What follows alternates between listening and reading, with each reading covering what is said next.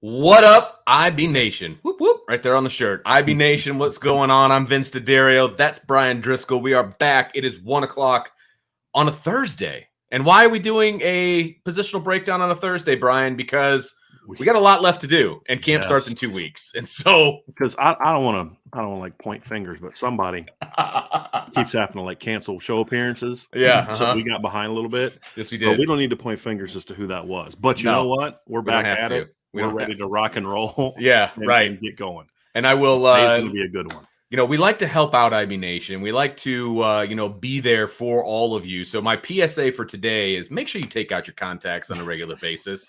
That's why I've got the spectacles on today, because I felt like I needed to pop my eyeball out yesterday because I didn't take my contacts out on a regular basis. So here I am in the glasses, ready to rock and roll, and with my brightness on my computer very, very low. Okay. So, yeah. But I'm fired up. I'm glad I didn't have to cancel today because it just would have pissed my boss off. So a little bit. Yeah, a little bit. Which makes perfect sense. But today we are going to break down the position group, Brian, that I think arguably is the most controversial amongst the fan base when it comes to who should be on the field, how often they should be on the field, and what kind of production they can have. So it certainly sparks the most disagreement, I would say. Agreed. Especially with us, which is good. Sure. I mean, that's good. I actually rather enjoy that. And some of the arguments that people have made have been sound. Some of them not so sound. It's an interesting discussion, Vince. But at the end of the day, one thing that we're all going to agree on is whatever you think of last year's linebackers and the talent or whatever else is going on with these players, the one thing that we should all be able to agree on is that they have to play better football this year than they did last year. Oh, yeah. Whatever stuff that we can get to and disagree on and discuss and whatever outside of that, that's one thing that's flat out a no-brainer. This is a unit that has to play better and more consistently effective than it did a season ago. That's the key. It's the consistency and the effectiveness that this group needs to play with, right? I mean, we've seen the ups and the downs at the linebacker position have been paramount. I mean, that's the biggest issue. Sometimes they play really, really well. Sometimes they just don't. And there are names that we're going to talk about that are quote unquote controversial for, if they should be on the field and all of those different things. And we're going to bring some facts. We're going to bring some facts to the game here about these guys and about the depth. Because I will say, as controversial as this position is, I do feel like the depth is really good. Yeah, the potential's good. In theory. Right. Because we don't officially know, I guess. Well, the talent at the depth from a depth standpoint is really good. Will those guys end up turning out to be good players or not? We don't know the answer to that because we haven't really seen them play. I think we could argue that we probably should have seen them play a little bit more last year in some instances, but it is what it is. That's in the past. The fact is that there's a lot of talent there at this group, and it's time to get this group playing well. And I think that's another one of those things that Vince, you look and say, well, this is certainly something we can all agree on, because we can all agree there's talent at this linebacking core. I think even the people that maybe might push back against our view that, J.D. Bertrand is one of those guys, or Jack Kaiser is one of those guys with talent, Vince. The one thing that even if you disagree with that, what your response is going to be, but not as talented as Nolan Ziegler and Jalen Sneed and Drake Bowen and Jaden Osbury. So I think there's an understanding that there's talent on this group. I think some people just believe all the talent's in the younger classes, which is fair. Sure. Whereas we believe it's in both. And even last year is what we said. The issue that they had last year, Vince, was not an athleticism or a God-given talent problem. It was other things. And those are the things that we're going to talk about today and focus on today, and say that this group has to get better because as I said, Vince, the one rallying point that we can all come to, no matter where you are on who should play, who shouldn't play, whatever the case may be, whose fault is it, whatever the case may be, at the end of the day, the one thing that's true is this unit has to play better. And what does that mean, Vince? I think that's something that we need to kind of discuss first, is what does it mean for them to play better? And for me, it's consistency of assignment correctness, number one, and then number two, greater production. And I think that's the biggest thing. And when you look at how this unit produced last year relative to past seasons, we have to go back to 14, 15, and 16, which is a dark time of linebacker play for Notre Dame. That would have been even darker if it wasn't for the existence of Jalen Smith, who masked some of the horridness that did exist because of the coaching at the position, which is what we believe the problem to be. It wasn't necessarily a talent issue. That was his whole job description, was make up for other people's mistakes. Oregon and Greer Martini. It was just it was how they were used and all those type of things during the Van Gorder era. But even then, you've got to go back to the 3 years of Van Gorder to find years where the production overall was as bad as it was last year. And I think that's kind of where I want to kick things off, Vince, is to just show it, right? I mean, I think you show it, and it's kind of a stark reality. This is the production of the linebacking core. Everybody that played linebacker in the last 6 seasons. Tackles significantly lower. Now, just for a quick note, 2020, that's projected over 13 games. But even at only 12 games last season, even if you only look at what the linebacking core did in 12 games in 2020 compared to 13 games for last year's linebackers, even then, Vince, they still had more tackles. 231 tackles last year or in 2020 in fewer games. And it's a little sad to look at, really, when you break it all down. Is the production was still better. The other part is the solo tackles were way low. Sure, there were a lot of assisted tackles, and what that tells me is that those guys were getting to the ball late. Tackle for loss numbers were much lower than most years, but not terrible. Last year, the sack numbers were not bad by number, but here's the thing. It's actually should be 8.5, not 8.7 there. I don't know how I have a 7 there.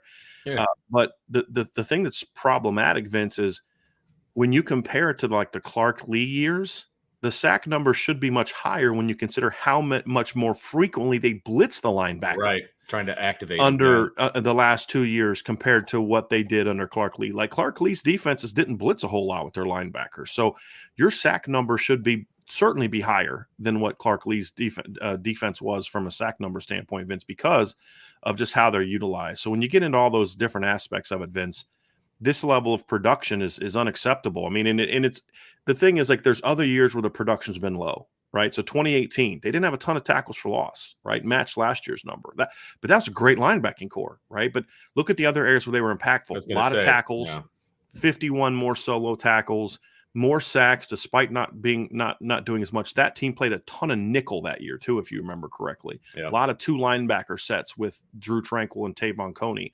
Pass breakups. So PD is passes defensed. That's the combined of breakups and interceptions. That's also significantly low. So like their impact numbers, Vince, across the board were low last season. See, that's the number that stood out to me. The 2 numbers that stood out to me were total tackles and passes defensed. Because we've talked about this a lot, Brian. The linebacking core last year, just as a whole, and I'm not going to single anybody out right now, but as a whole, didn't do very well in pass coverage. I mean, as a whole, there were some bright spots here and there, but as a whole, they didn't drop into coverage very well. And that's been true for the last couple of seasons, but at least last year there was a level of production they were still able to get in the pass game that went away. Like, they had issues last year, Vince, in coverage, meaning they'd get beat at times. Well, they got beat last year too. Right. But at least 2 years ago, they made plays on the football. Well, and a lot of those plays on the football, if I remember correctly, from 2021 were interceptions. I mean, they were able to pull the ball out of the air. Well, like Bo Bauer had 5 pass breakups in 2021 alone. Bo had 5 by himself. Right. So Jack Kaiser had 5. And so you just look at the number of just breakups that Jack Kaiser and Bo Bauer had by themselves the previous year. It beat what they did this past season. Then, of course, Jack had 2 interceptions and Bo had an interception. So just those 2 kids alone, Bo and Jack Kaiser, in 2021 alone, had 13 total passes defensed, over twice as much as the entire linebacking core, of which those 2 guys were also a part of still. Right. And that's the thing for me, is when you see the production go down with the same dudes, it's got to tell you it's not the players that's the problem. There's something else going on here that needs to be addressed. And that's because, like, you look at the tackle for loss numbers. Well, obviously a big part of that a couple years in 2020 was Jeremiah Owusu-Koramoah. But even then, the production numbers were still better in 2020 outside of just Jeremiah than it was at other positions. So at the end of the day, Vince, this is a very stark thing. And it's not a situation where they played nickel all the time last year and it's a defense designed for the safeties to make a lot of plays. Not any more than what the defense was with Kyle Hamilton there. I mean, you know what I mean? So it's like, right. You can't this defense is not any more geared towards linebacker safety production or D-line production than others. And this is what comes down to, Vince, what was so frustrating about last year's defense, because the defensive line production also wasn't consistently good, right? The numbers at the end of the year were good, but they had a couple games where they kind of padded the stats a little bit. Sure. So there wasn't a jump in production from the defensive line relative to past seasons that would make you say, hey, the reason the linebacker numbers were down is because the defensive line produced at a higher level or the safeties produced at a higher level. That's not really the case here, Vince. There was some better production, but not to the level that would show that these numbers should exist, because those are really, really subpar numbers, and they're across the board subpar numbers, Vince. So, like, I can live with 22 tackles for loss in 2018 because I know that you weren't playing as much three linebacker defense that year, a lot more nickel.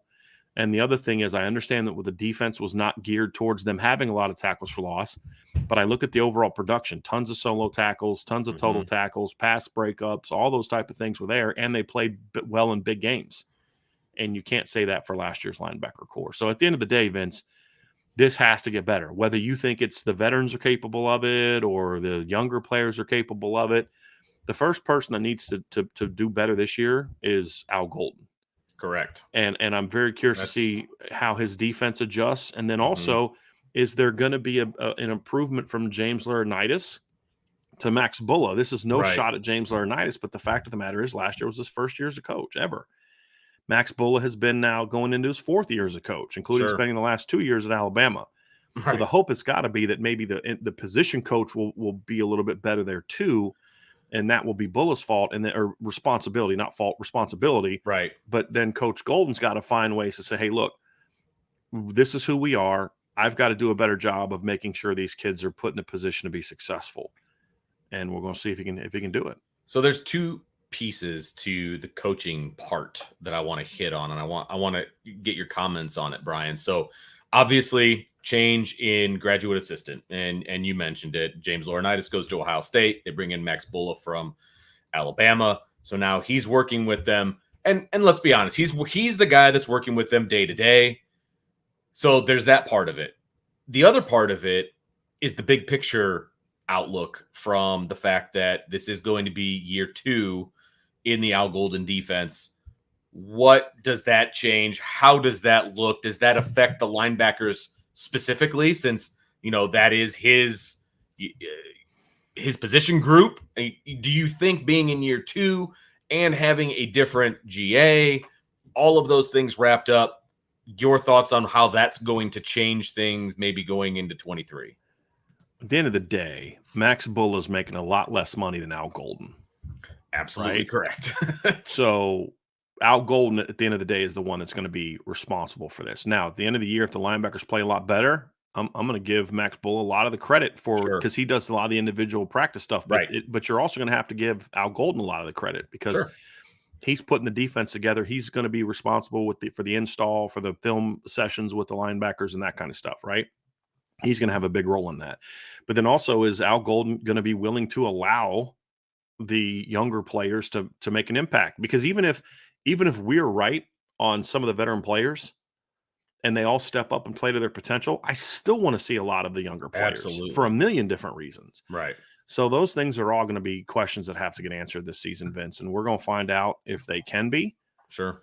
But at the end of the day, as we showed, the production has to get a lot better. Right. And when you consider the nature of the defense and the amount of times they bring the linebackers on stunts and blitzes, that makes those numbers be even worse. Right. Now, the good news is, Vince, is we did see this unit as a whole start to produce more as the year went on.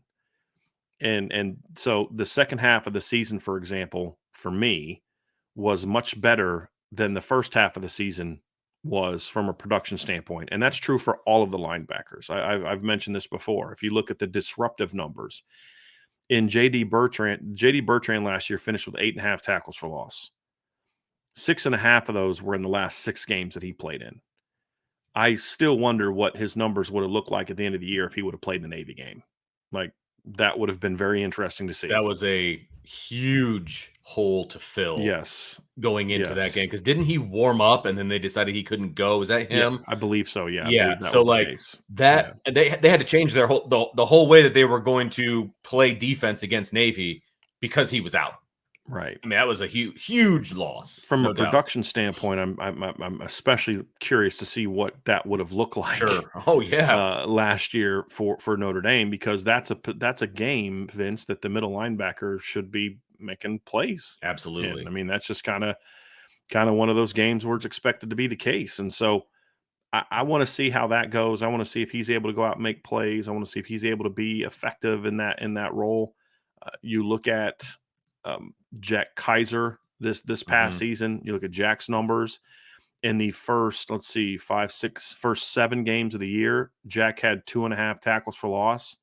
In the last 6 games, he had 3.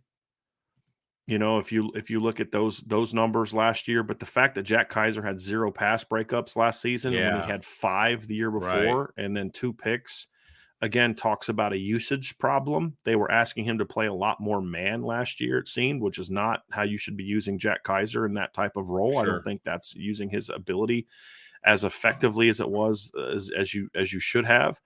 You know, but Jack was also more effective with tackles for loss and attacking downhill. But he, again, someone who was more productive the second half of the year. If you look at Maris Luafau, had 1 total tackle for loss in the first 6 games. He had 3.5 in the last 7 games. So again, even him, he also had an interception in the second half of the season. His only pass breakup of the season came in the second half of the season. But just overall, the lack of production never changed. The only person who saw a significant jump in production was JD.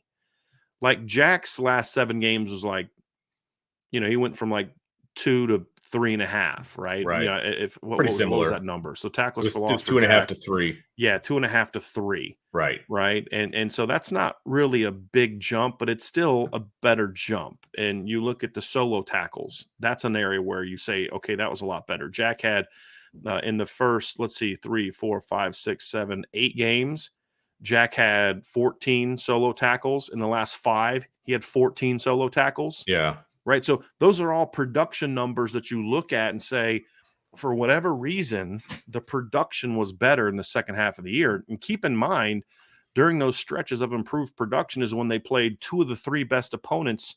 And I would argue 3 of the 4 best opponents they played all year in Clemson, USC, and South Carolina. Sure. You know, because then you throw in, obviously, Ohio State at the beginning. So those are good signs, Vince. Now, but even within the production that they had, improved production in the last 6 games, it's still not where it needs to be in a defense that triggers their linebackers as much as this defense triggers their linebackers. But it is something you can't ignore and say, even though the competition was better in the second half of the year, because in the first half of the year, Vince, you know, you look at the schedule, they had Marshall, who's a quality team, but you had Cal, you had Stanford. You know, North Carolina should have been a game where you're going to rack up a lot of numbers because of how often the ball gets out. I mean, and how many plays they run. That should be a game where you should pad the stats a little bit because of just the volume of plays that they have. So when you look at those things, you got to say, look, there's at least it's trending in the right direction when you look at how this defense played in the second half of the season. Now, can they build on it and be even better? That's going to be a big question mark for this defense in 2023. Do you think that some of that second half production was comfortability 100%. in the system? 100%. I mean, that's what I figured by when I hear you say it. Yeah. Yes, I think so. Now that doesn't mean that everything's fixed and perfect, and year 2 automatically means they're going to be better. The production is going to be better, but they're even within the last second half of the year, there were still too many assignments that were missed. There was too many mistakes. There was too many out of place. There was too many blown assignments. All those negatives were still there that existed all year. That never changed. What changed was when they were tagged with something, they were getting there quicker. They were more certain of what they were being asked to do. They were arriving in the ball a little faster. So they were the first guy to arrive there, not the second guy to arrive there a lot of times, which is the difference between a solo and assist, right? All those things are true. And yet we can still acknowledge that schematically there were still flaws. So the schematic problems never went away. Their ability to execute the defense as it was being called is something that improved in the second half of the year. And so now it's about, okay, can they both get fixed? Can the scheme be more geared towards the actual talent you have, not what you want to put on film to show NFL teams, right? Is that going to change? Because to me, that's Al Golden's biggest problem. It was trying to be an NFL defensive coordinator at Notre Dame. Yeah, absolutely. Right. Be a great college coordinator at Notre Dame, and then the NFL coaches will recognize what you can do and want to bring you back. Right. That's the reality of it. And so, can he coach to his players' talent, and then does that allow them to not only have the increase in production that we saw, but now they can play more correct football as well?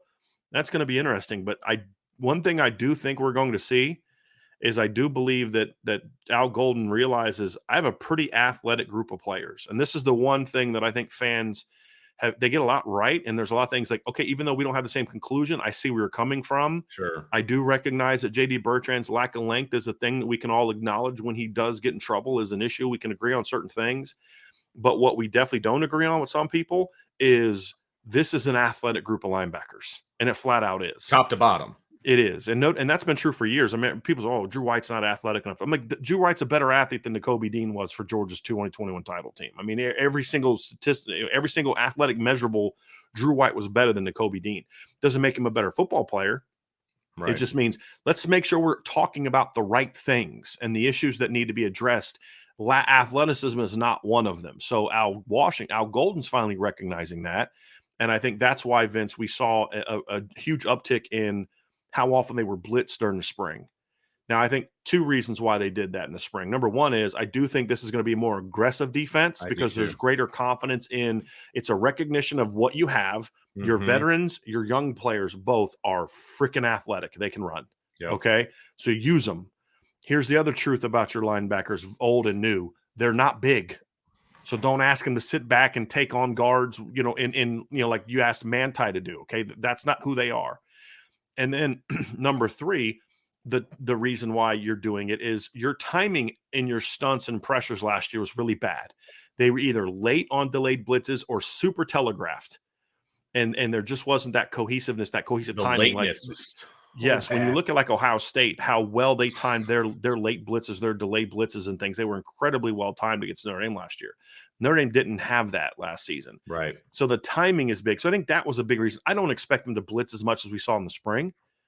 It was just more about, okay, they need to work on it and make sure that the timing gets better. And as we kind of got deeper into the spring, you started to see those things start to hit home a lot more effectively. And I'm watching them in practices, and I'm like, yeah, I don't know where this is coming from now, because they've shown this same alignment and brought 4 different pressures out of it. Right. And that's where you really want to be. Is because last year's stuff was super telegraphed. Like you could look at little things in their body, even if they were lined up at the line of scrimmage.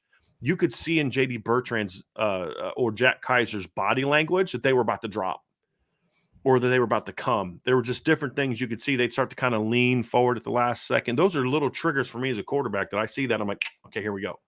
Yeah. This is where I got to go with the football. Yeah. Or a lineman's like, hey, this guy's lined up, but I can tell by his body language he's dropping because I saw that on film. Those are all things that have to get better. And that's a coaching thing. Those are coaching things, right? Those are things that are being instilled, and that's where you hope that part gets better this year with the combination of Al Golden and Max Polo. Well, and it's a confidence thing, and it's a comfortability thing, and a confidence thing. All of those things. And then, granted, the spring was a microcosm. Like it was a very small peek through the window of what this defense can be. But I think we can all agree that the front 7. Linebacker specifically, since that's what we're talking about, took a step forward from the end of last year to the spring. There's no doubt about that in my eyes.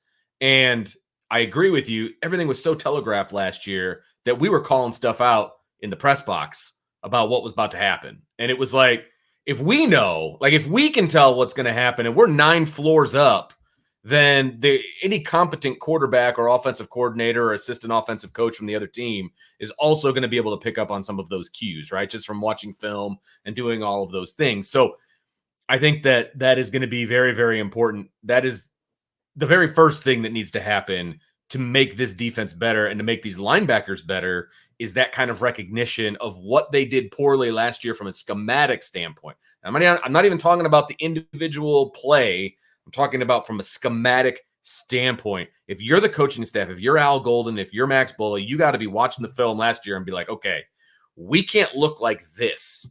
Right. And not saying that the scheme was bad or that the scheme was not called properly. We got to coach this up. Like we have to be better at getting what we want from these guys on the field. And again, that has nothing to do with the individual play or lack of athleticism or any of that kind of stuff.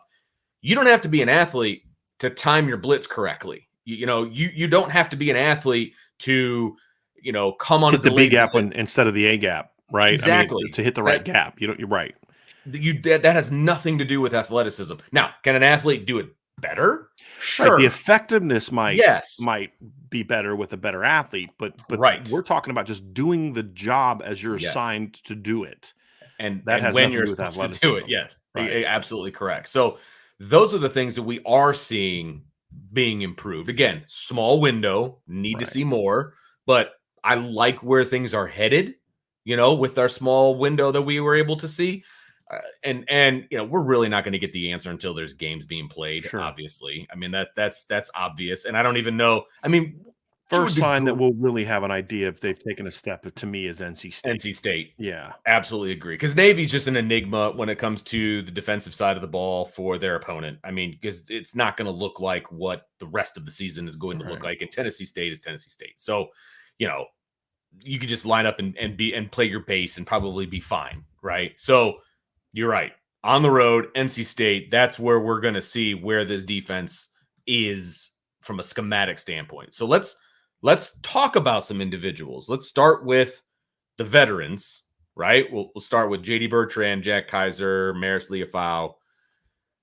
Those are the veterans. Those are the guys that require the ire of the fans and all of those different things. Let's start with J.D.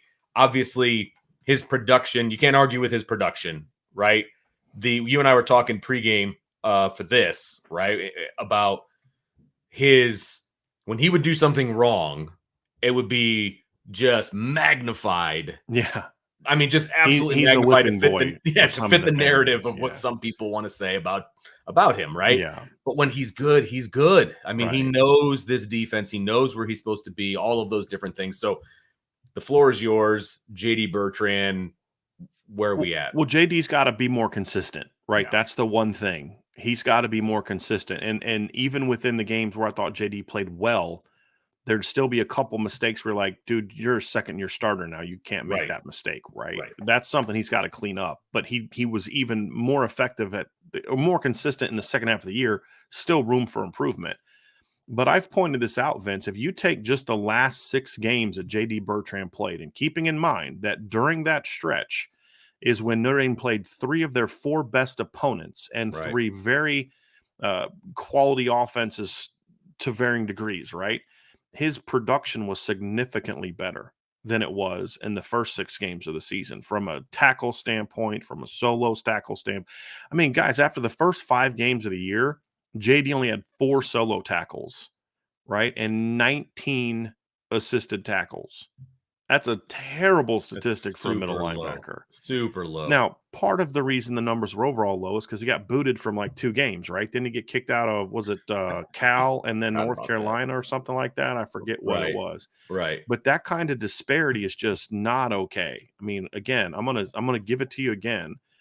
A middle linebacker went through the Marshall game and did not have a single solo tackle. He had 9 assists. Same thing against Cal. JD went 2 games where he was not credited with a solo tackle.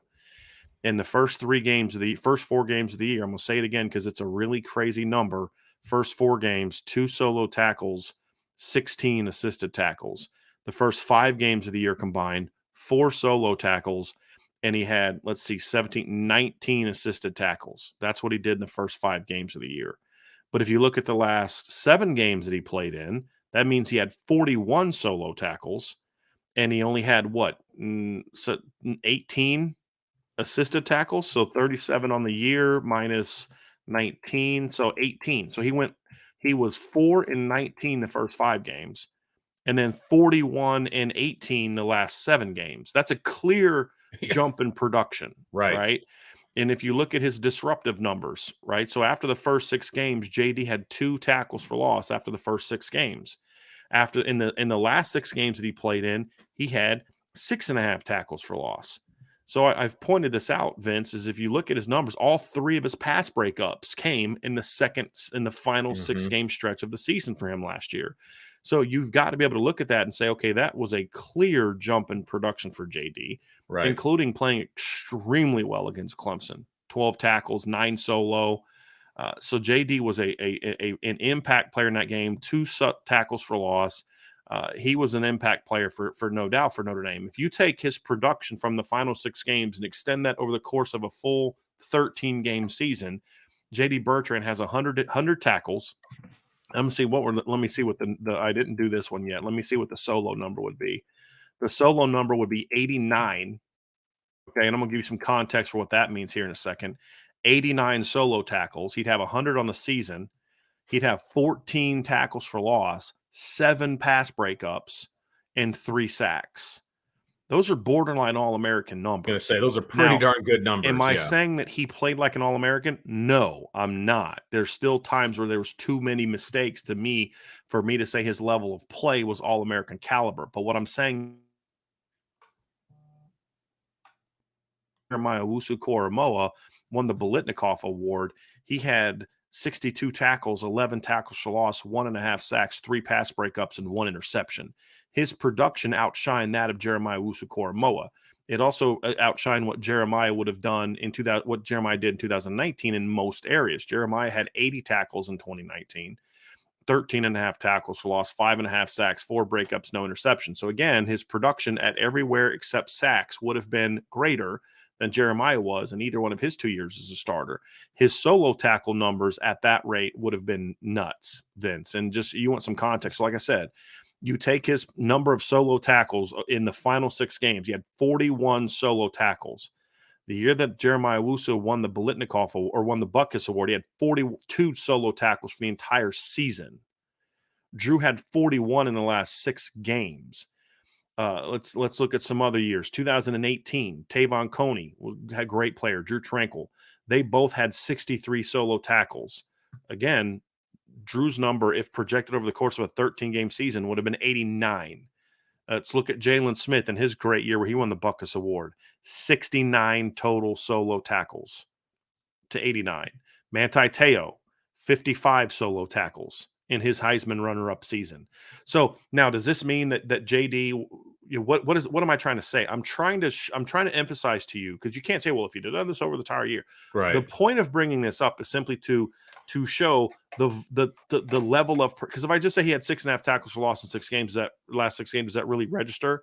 But when you show what those numbers would have looked like if they were over the course of a year, what it does is it signifies just how productive he was in that stretch. Right. Now the question is can he do that for an entire consistency season? That's the whole thing. That's going to be the question. Then clean up some of the other areas where he was good, because JD was also very inconsistent as a blitzer.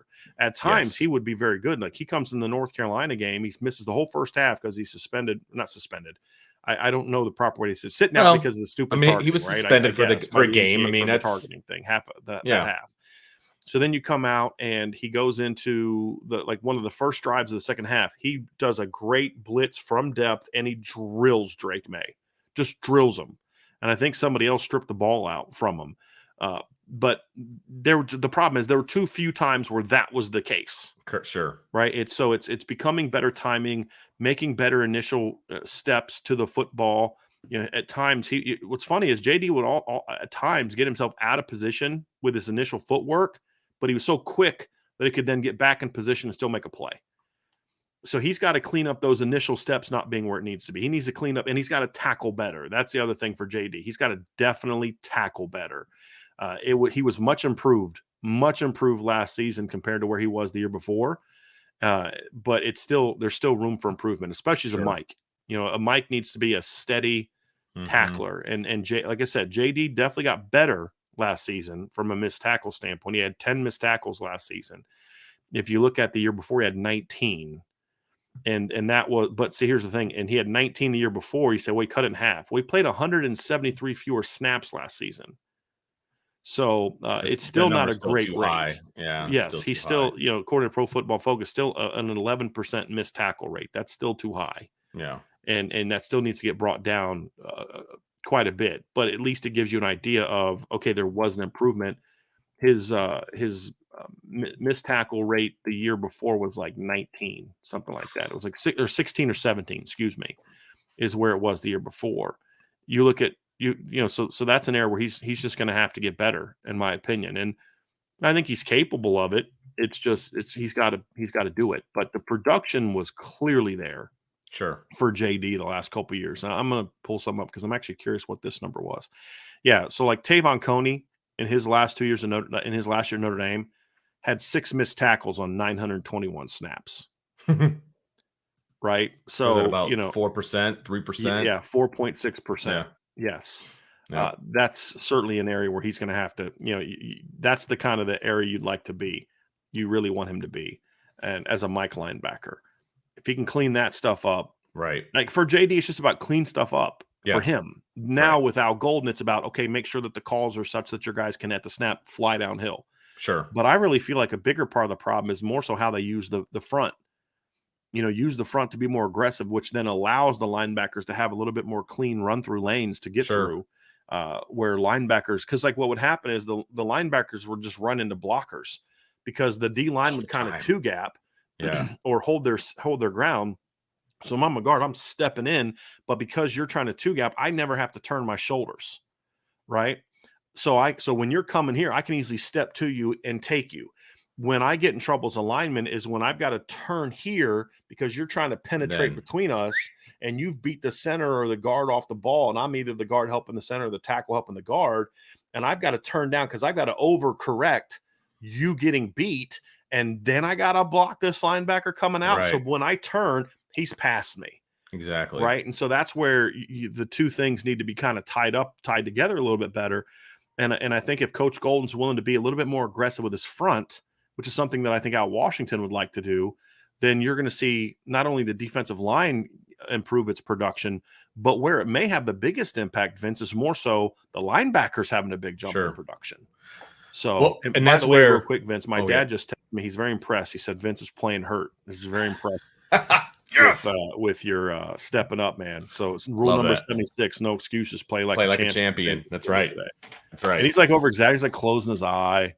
Like when it's not looking, it's like rubbing it real quick to make it look worse. No, but sorry. But you make a really good point, because the other thing about timing on blitzes is making sure that you go as soon as you see that lineman turn his shoulders, and then you hit that hole, right? So I mean, it's all part and parcel, right? If it's a delayed blitz, if it's a now trigger, if it's a now stunt, then that as soon as that guy steps down, it's like, oh shoot, I can't redirect at all. Right. I just felt like some of those delayed blitzes were so delayed that they would wait, and then they would just go, and it'd be too late, and it would just because people would ask Vince, why is he running right into contact? I'm like, because the guy's standing right there waiting on him, and you can't run around him because then the gap's unsecure. Correct. Right. It's just it was a problem more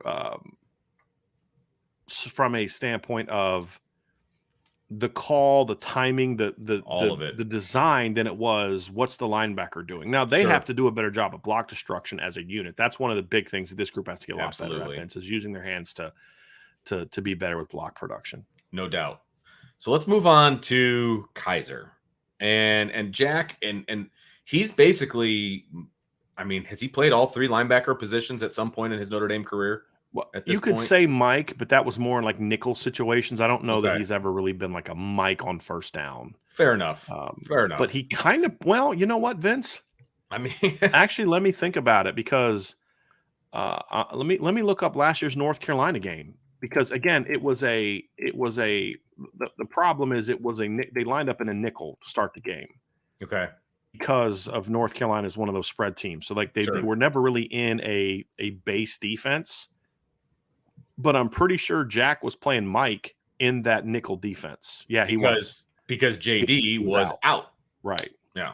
Right. So, yes, you are correct. So, technically, Jack Kaiser did play some Mike linebacker last year. Right. So, he's played all three linebacker positions. And like with any player, you've got to find where your players play the best. Yeah. You know, it's that whole jack of all trades, master of none situation. Like, I think that the number one goal for this Notre Dame team, for Al Golden, for Max Bola, for Marcus Freeman, you've got to find where Jack Kaiser is going to be able to effectively help this defense on a regular basis. I'm going to agree with you, but nuance it a bit. Okay. I think where you're coming from is Rover will, because what you're basically saying, Vince, without saying it, is you think Jack's better inside. I do, personally. Okay. What I would say is I don't necessarily disagree. My counter would be, because of how much they move the linebackers around, where I would nuance it a little bit is I would say you've got to learn what he does best. And wherever you line him up, Rover, Mike, Will, overhang, whatever, ask him to do A, B, and C. Yeah. Because when he's doing A, B, and C, he's really good. When Jack Kaiser is playing curl flat in zone coverage, he's pretty good.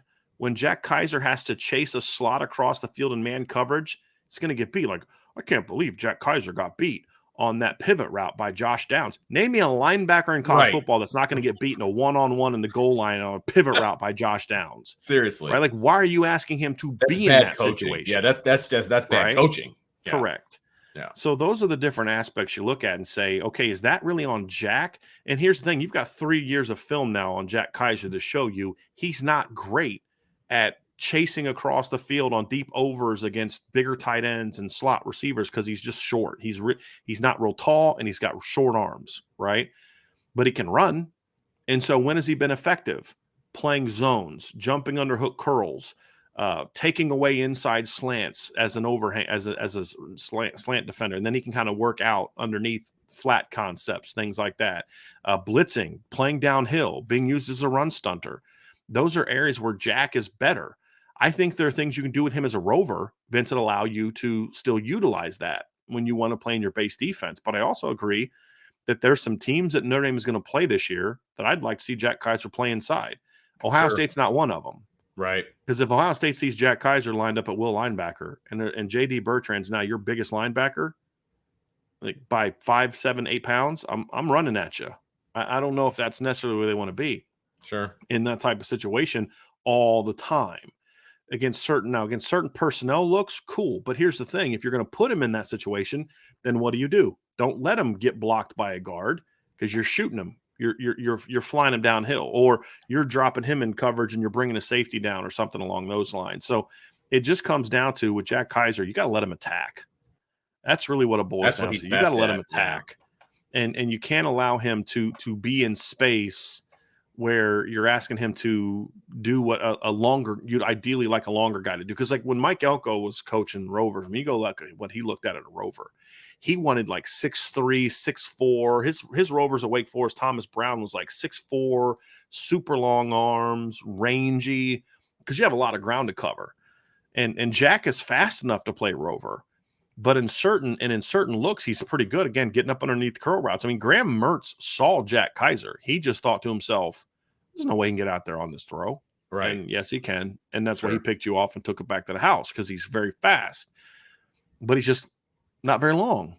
So don't put him in positions where that lack of length is going to hurt him as much. There's going to have to be times where that's the case. But I just feel like with Jack, it's about, are you using him properly? Those are the things that I would look at and say, it's what does he do well? And wherever you line him up, Vince, Mike, Will, Rover, are you allowing him to do those things? Sure. And I think if they do that, and you're going to be better. But here's the rub with Jack, Vince. We're going to kind of talk about Maris at the same time. The problem is Maris and Jack are kind of the same guy in regard to what you need to use them to do. You need to trigger them both. So when they're in the game, you got two guys that are better being triggered. That's not necessarily a good thing, right? Because now you got to play the same weaknesses though, too. Yeah, right. What's that? You have the same weaknesses now at two of the same spots because they. Is that what you're saying? No, I'm not. I'm saying you Okay. have the same strength. Okay. Maris's weaknesses are assignment correct. Like Maris is very long. Sure. He doesn't have that same issue that Jack has. He's not good in coverage because he doesn't really have a lot of feel for the game, which has been a big surprise to me because this is a kid that played cornerback early in his career. He just takes bad angles with the football, just late responding to things. Yeah. So with Maris, when he's been good, is like you just turn him loose and say, dude, go through the B gap and attack. When he doesn't have to think and he just go get ball, go. Right. Now, hopefully that gets better in year 5. But, it's just one of those things where the best way to utilize Maris, based on what we've seen from him last year, is to let him just run downhill. Mm-hmm. That's the same thing with Jack. So you get into the situation where if you're going to have your same starting linebackers as last year, and you've got to protect Maris by having him trigger, now that's why you're putting Jack Kaiser in these situations where you can't trigger him too, because now you're just doing all out blitzes all the time. Yeah. And so that's kind of where I'm coming from on that. Gotcha. So you've got to be smart about your personnel. So maybe if you have Maris in the game, maybe you've got somebody else playing Rover, or maybe Maris is your nickel guy, right, or something like that. And then so there's a lot of different ways to look at it, Vince. But the fact is that Jack Kaiser's a really good football player in certain situations, and it's your job as the defensive coordinator and linebackers coach to make sure that more of his snaps are in those situations. Sure. And if they do that, I think Jack's going to be a really good football player. And I thought Marcus Freeman did a pretty good job of that in 2021. I thought that was one of the best things that Coach Freeman did in 2021 was putting Jack Kaiser in positions where he could really use his range to be an effective football player. Sure. And we just got to see if they can do that again this year, because this year his overall tackle numbers were better. He had 58 tackles compared to 45 last year, but his solo tackles were only up 2. And he was more disruptive this year, 5.5. So they did allow him to tack downhill a little bit more, but his pass game numbers took a complete drop. Whereas the year before, he was a lot more effective in the pass game. So whatever you do, you just got to let Jack run. That's the thing. Let him run, because the kid can run. I've got a story that I'll share with you after the show, Vince, about let's just say a younger player on the team that's known for being really athletic. I was told this story. I think it was maybe last spring. Challenged Jack to a race. Oh, yeah. And got smoked. So if that tells you anything. So the athleticism is there. You got to understand what his limitations are. Yeah. And if you're putting him in areas where he's limited and he's getting beat, that's not a Jack Kaiser problem. That's a you problem. I was going to say, isn't that one of the number one priorities of a coach when you're putting together your strategy, your scheme, your whatever, is putting guys in position to be successful and not putting guys in position to where they're a liability. I mean, sometimes you're hamstrung as like a high school coach, but when you're in college, you've got 85 scholarship players. You should be able to put guys in and within reason in positions to be successful and not in positions to not be successful, if that makes sense. Like that, to me, that's one of the number one priority, especially at high level Power 5, type places like Notre Dame. I mean, you've got guys with varying degrees of athleticism, speed, whatever. You know what they're good at and what they're not good at. Don't put them in position to not be successful. But see, that's the rub, though. When you have Jack and Maris in the game together, right? If Maris doesn't improve a big way, and let's just dive into him next, then you can't protect Jack as much because you're spending all your time trying to protect Maris. I think that's also a bit of an issue. Is Maris played better the last 6 games? Not great, but he was better because he was really bad the first 6 games, 5 or 6 games. And I think that's also a factor in why JD was better, because he didn't have to do as much getting everybody else lined up. They had because you always have to get guys lined up. You're the middle linebacker.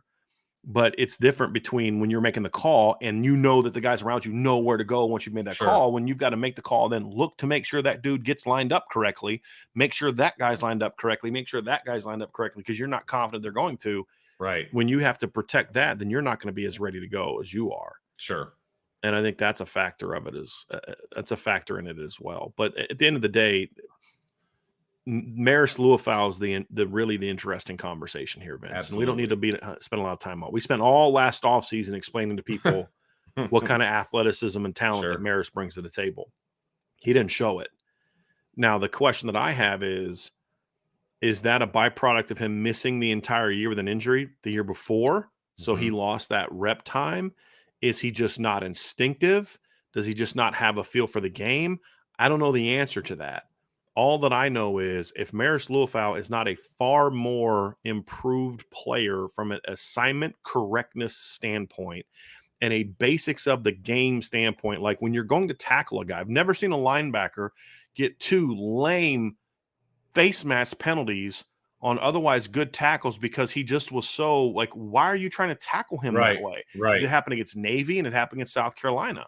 Those were, I mean, if I remember correctly, those the were Navy like one was especially bad. Yeah. Drive changing. Like he goes from a tackle for loss to a 15-yard face mask, like an automatic first down. Like those are just, though you can't have those kinds of mistakes. You just can't have them. And but isn't that Maris in a nutshell? Like game-changing play in a good way turns into a game-changing play the opposite direction. It's like you as a coach, you're just like, oh my gosh, like what can we do? And I feel like if I'm Al Golden, Max Bulla, whatever, etc. To your point, Vince, real quick, to back up what you were saying. Yeah. That touchdown that against South Carolina, Notre Dame had just gone down and scored. They had a tackle for loss on first down. It was 2nd and 12, and Maris had tackled the guy for only a 2-yard gain, meaning it would have been a 3rd and 10 play. And South Carolina's at their own 27-yard line. Instead, it's 1st and 10. Then they end up going down there on that series and scoring a touchdown on the fake punt, field goal, whatever it was. Right. So to your point, that's a 7-point swing, potentially more, depending on where your football team would have got the ball. Exactly, because if they're let's say they go incomplete pass on 3rd and 10, now it's 4th and 10 from the 27 or whatever. Right. So you're punting from inside your own 20, and that's good field position for Notre Dame coming the other direction. Right. And you had just gotten a score, so now exactly, you had just gotten a touchdown. So all about field position, man. Yeah, those are the things, Vince, that'll drive you nuts, man. I mean, it's just the kind of stuff that you look at and say, man, you're too talented of a football player to be allowing those things to happen. So if you're the linebackers coach, okay, I'm going to put this on you here, and you've got a guy like Maris, who's got all the athletic ability in the world. How long of a leash does he have during fall camp? When the season starts? He doesn't have one. I mean, to me, if it's up to me, dude, you're not a returning starter. Basically, you've got to win the spot. You've got to beat out Jack Kaiser. You've got to beat out Nolan Ziegler. You've got to beat out Jalen Sneed. You've got to prove to me you're the best guy. You are not getting the veteran benefit of the doubt here. Okay. Like that's how his play was last year. Yeah. That's how I'm with you 100%, in my opinion. And the frustrating thing is because I don't change my opinion and of Maris's talent. Like, I don't think I was wrong about that. He is long. He is fast. I think he's even faster now than he was last year. Because again, that's just always the case when you're a year removed from a lower body injury. You're always going to get your full speed back. A lot of times it doesn't happen until you get to that next fall because he got hurt in the summer. So his injury, he missed that whole season. So he was barely a year removed from it last year when camp started. He's 2 now, so you should be a step faster there. But Maris's problems last year weren't a lack. He didn't have the step back or he lacks the speed. It was. I'm watching the North Carolina game the other day, and it's just a real simple thing where like Drake May is running and Maris just takes this really weird vertical angle and then has to redirect to get over to him. And you're like, well, you didn't get to him. Well, no kidding. Like, what were you doing? Right. It just things like that. And just, he's the one guy that would like look for blockers and like run into him. And it was strange because there's a lot of talent there. And from everything I've ever heard about Maris, he's a really hard worker. He's a great kid. The players love him. The coaches love him. That's why he gets so many second chances and thirds and fourths and fifths, is because everybody's waiting on him to be the guy that they see in practice. Right. I mean, we were told this before he got hurt. Actually, it was in fall camp he got hurt in 2021. But I remember hearing from people around the program like, oh, Maris is killing it right now. Like, he's our best linebacker right now. We saw it in some of those practices. It was, remember, it was him. Like, you want to talk about like breakout players, right, of camp. It was him and JD. Like, they were both competing for that will spot. And it was like, man, Maris is just killing it. He's absolutely killing it. And then when he got hurt, it was like, well, JD was kind of killing it during during camp as well. So maybe they're going to be okay, at that spot. Of course, he ends up leading the team in tackles that year, but he was going to back up Marist going into that camp. They had both already passed up Shane Simon. I mean, that he quickly passed up Shane Simon dropped the third string within a week. During that camp. Yeah. Absolutely. Yeah. So does Marist get back to that guy? I almost kind of don't want to talk about it because I feel like we spent so much time talking about it last year. It's just like I don't even want to talk about it. Right. My hope is that if Marist is a starting linebacker this year, it's because he's back to being that guy. Because if Marist can get back to being that guy, then this linebacking core is going to be excellent. Sure. At this point in time, I just got to see it, man. I can't even talk about it anymore until I see it. I need to see him being that guy again. Yeah. Right. Because I haven't given up on the talent, but it's kind of like you're a fifth-year guy now. Okay. Right. It's like you shouldn't be making these kind of mistakes. Like when JD and Jack would make a mistake, they were just a step behind, a step late, with the exception, I think Jack had one really bad mistake last year. If you remember it against Cal, remember he just didn't get over on a scrape and they sealed him inside. And that was one of those 20-yard runs. It rarely happened with Jack. It was always just a step late, a step behind. Marist, it was just like, what are you doing? Yeah. Their plays were like, there were plays where I would watch the play and I'm saying, I have no idea what he's doing. Like he is doing something completely different than everybody else on the field. I have no clue what he's thinking. And I can't think of what the call would be to make him do that. Right. It just some of that, like the early play he gave up against USC last year, the big long pass play. It's like, dude, what are you doing? I just don't understand like what you're doing here. And so there's just was so much of that stuff that it's almost hard to get too excited about what Marist can be. Sure. But then again, Vince, I just keep coming back to the guy that we saw, in 2021, we saw the guy that we saw at times in 2020, you just say like, boy, I don't want to give up on that guy just yet. Right. I really don't want to give up on that guy just yet. Right. Because you see that potential. I agree with you that he should be made to compete for that spot. Right.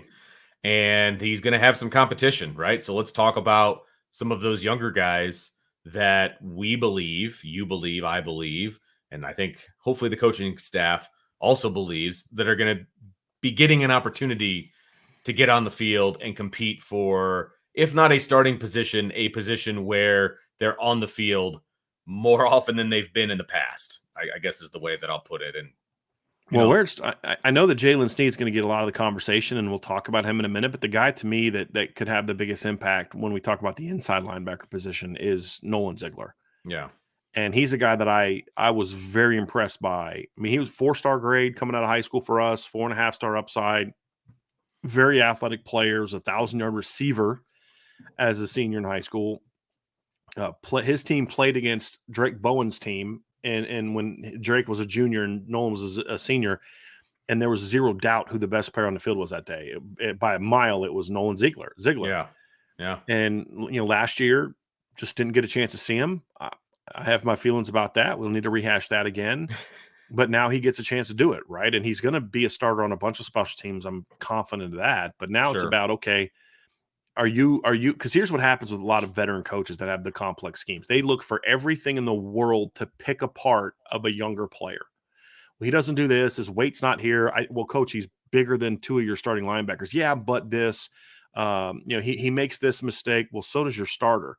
Yeah, but and so there's this excuse not to play the younger guy because when you play younger players, like if you have, let's just say that they decide, man, Nolan Ziegler and Jalen Snead are just two of our most dynamic players. We got to play them. We got to start them this year. And Jack's going to be our nickel guy, and Marist is going to come off the bench. Like that's what you decide. That requires you as a coach to scale down your defense. You have to. You can't ask Jalen Snead to execute the volume of schemes that you asked Jack Kaiser to do. You can't ask Nolan Ziegler to execute the volume of scheme that Marist Luafau can do. So you got to scale it down a little bit. Well, just the volume. I know. I know exactly what you're saying. The volume of it. So, but a lot of coaches like Al Golden don't want to do that. They don't want to scale things down. Van Gorder's that way. Other coaches are that way. They're not. That's not a uncommon thing, sadly. Mm-hmm. And so you get to the point where you just got to say, hey, look, these are our best players. Let's put him. Somebody just said Ziegler's moved to Mike. No, he wasn't. He's playing Mike and Will. He's cross-training at both positions. So, no, he was not moved to Mike. He plays both positions right now.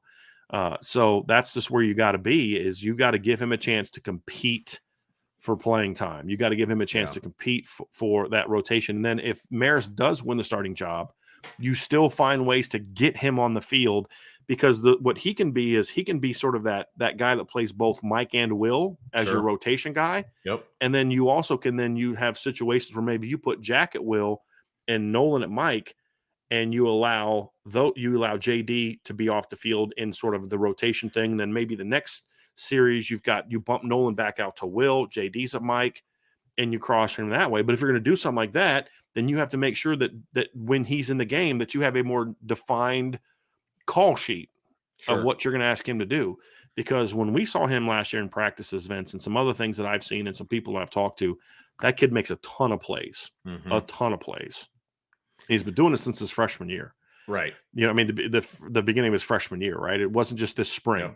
Yep. What I mean is freshman, I mean like last fall. He was a guy that I constantly heard about how the first team offense hated that guy. Not really hated that guy, but you know what I mean? Like, he gave him fits. They love him, but they hate him, if that makes sense. Because you love that a guy's giving you work, but you hate the fact that he's kicking your butt and getting you yelled at, you know, because you're not doing your job. He's got to play. And same thing with Jalen Sneed, right? Like, I don't care how good Jack Kaiser is. You've got to find a niche for Jalen Sneed. Absolutely. He's got to be on the field. The question is that Jalen, we even saw this in the bowl game last year, saw it against Navy when he played a lot. Jalen was out of position a lot last year. He would get suckered in a little bit. So he was making a lot of young guy mistakes. Right. Partly because Jalen never played one position 2 years in a row in high school. Just the nature of the team he played on, they had to move him. I mean, they had to. The head coach's job at Hilton Head was not to prepare Jalen Sneed. It was a job, but his primary job is not to prepare Jalen Sneed to play whatever position in Notre Dame. It's to put him in position to where our team can be the best that we can be. Sure. And one year it was as a rover. Next year it was a defensive end with his hand in the ground. The next year it was kind of a linebacker, but also playing quarterback and also playing some running back. And that's just what they had to do. So he's still pretty raw in that standpoint of just not playing the position. And so, and Nolan is kind of, but at least Nolan played linebacker. Nolan just, you know, to me was more of a rover. He's got to learn to play inside. But Jalen just, I mean, his junior year, he's playing with his hand in the ground as a rush end. So I think you've got to early on find the roles where he can gain some confidence. And one area where I would like to see Jalen play a lot as a freshman, or as a redshirt freshman next year. I'd love to see him the first 5-6 games be a guy that is part of your nickel package. Remember that role they had Jack Lamb playing in 2019, and then Bo Bauer played the next couple of years. I would love to see Jalen Sneed get to play that role. Because what does it do, Vince? It allows that guy to attack the quarterback. Exactly. And we were talking to, I'm trying to remember who it was, but Ryan was interviewing, maybe it was Sean Davis. It might have been Sean Davis was talking to a kid who had visited Notre Dame for one of the spring practices. And so we like to ask these kids when we're not at practice, like, well, who stood out to you? And sometimes they don't know who the players are. They're like, so I think the guy was like 99 was really good. That's Riley Mills. And he's like, oh man. And number 3 was just killing people. Like they couldn't block him rushing the quarterback. He had like 3 or 4 sacks. Like, number 3, you sure? He's like, yeah, number 3. And he was a defensive end. Like, number 3. Defensive end. But it was a defensive end. It was just Jalen Sneed blitzing off the edge as a rover. You know what I mean? And he was getting a bunch of sacks. So he's got all the tools in the world. You just got to start small with him and then build on that. You know, give him a role early, a niche role to let him attack the football. And then as he gets more comfortable and assignment correct in that role, then you build on it, you build on it, you build on it. And then he starts getting to more playing time. And the other part of it too, Vince, is the reason this is smart is even if you reject what a lot of the fans say, and just to make a counter argument, that these guys, the veterans, are your best players. Let's just say that fans are wrong, and JD and Maris and Jack Kaiser, and we're wrong, and that those are the 3 best players. You still need to play those younger kids. At least Nolan as the primary backup to Mike and Will, and then Jalen as a third down nickel guy, because then that's taking some of the burden off of your 3 linebackers who are all undersized. Right. They're all small. They're like, Maris is like 230, but he's still skinny, right? JD's 230. He's a pumped up 230, right? Jack's still sub 230 and not a real big guy. So if you can take 10 to 15 snaps off of all their shoulders and then distribute those to two different guys. Right. Then all of a sudden, Nolan and Jalen are getting 20 plus snaps each a game. Right. And those guys are now at the end of the year. 10, 15 snaps a game. You get to the end of the season, you're talking about 150 plus snaps being taken off their. And then on top of that, there's going to be a couple games you blow somebody out, and then they don't have to play the fourth quarter. That's even more snaps you take off their wear and tear.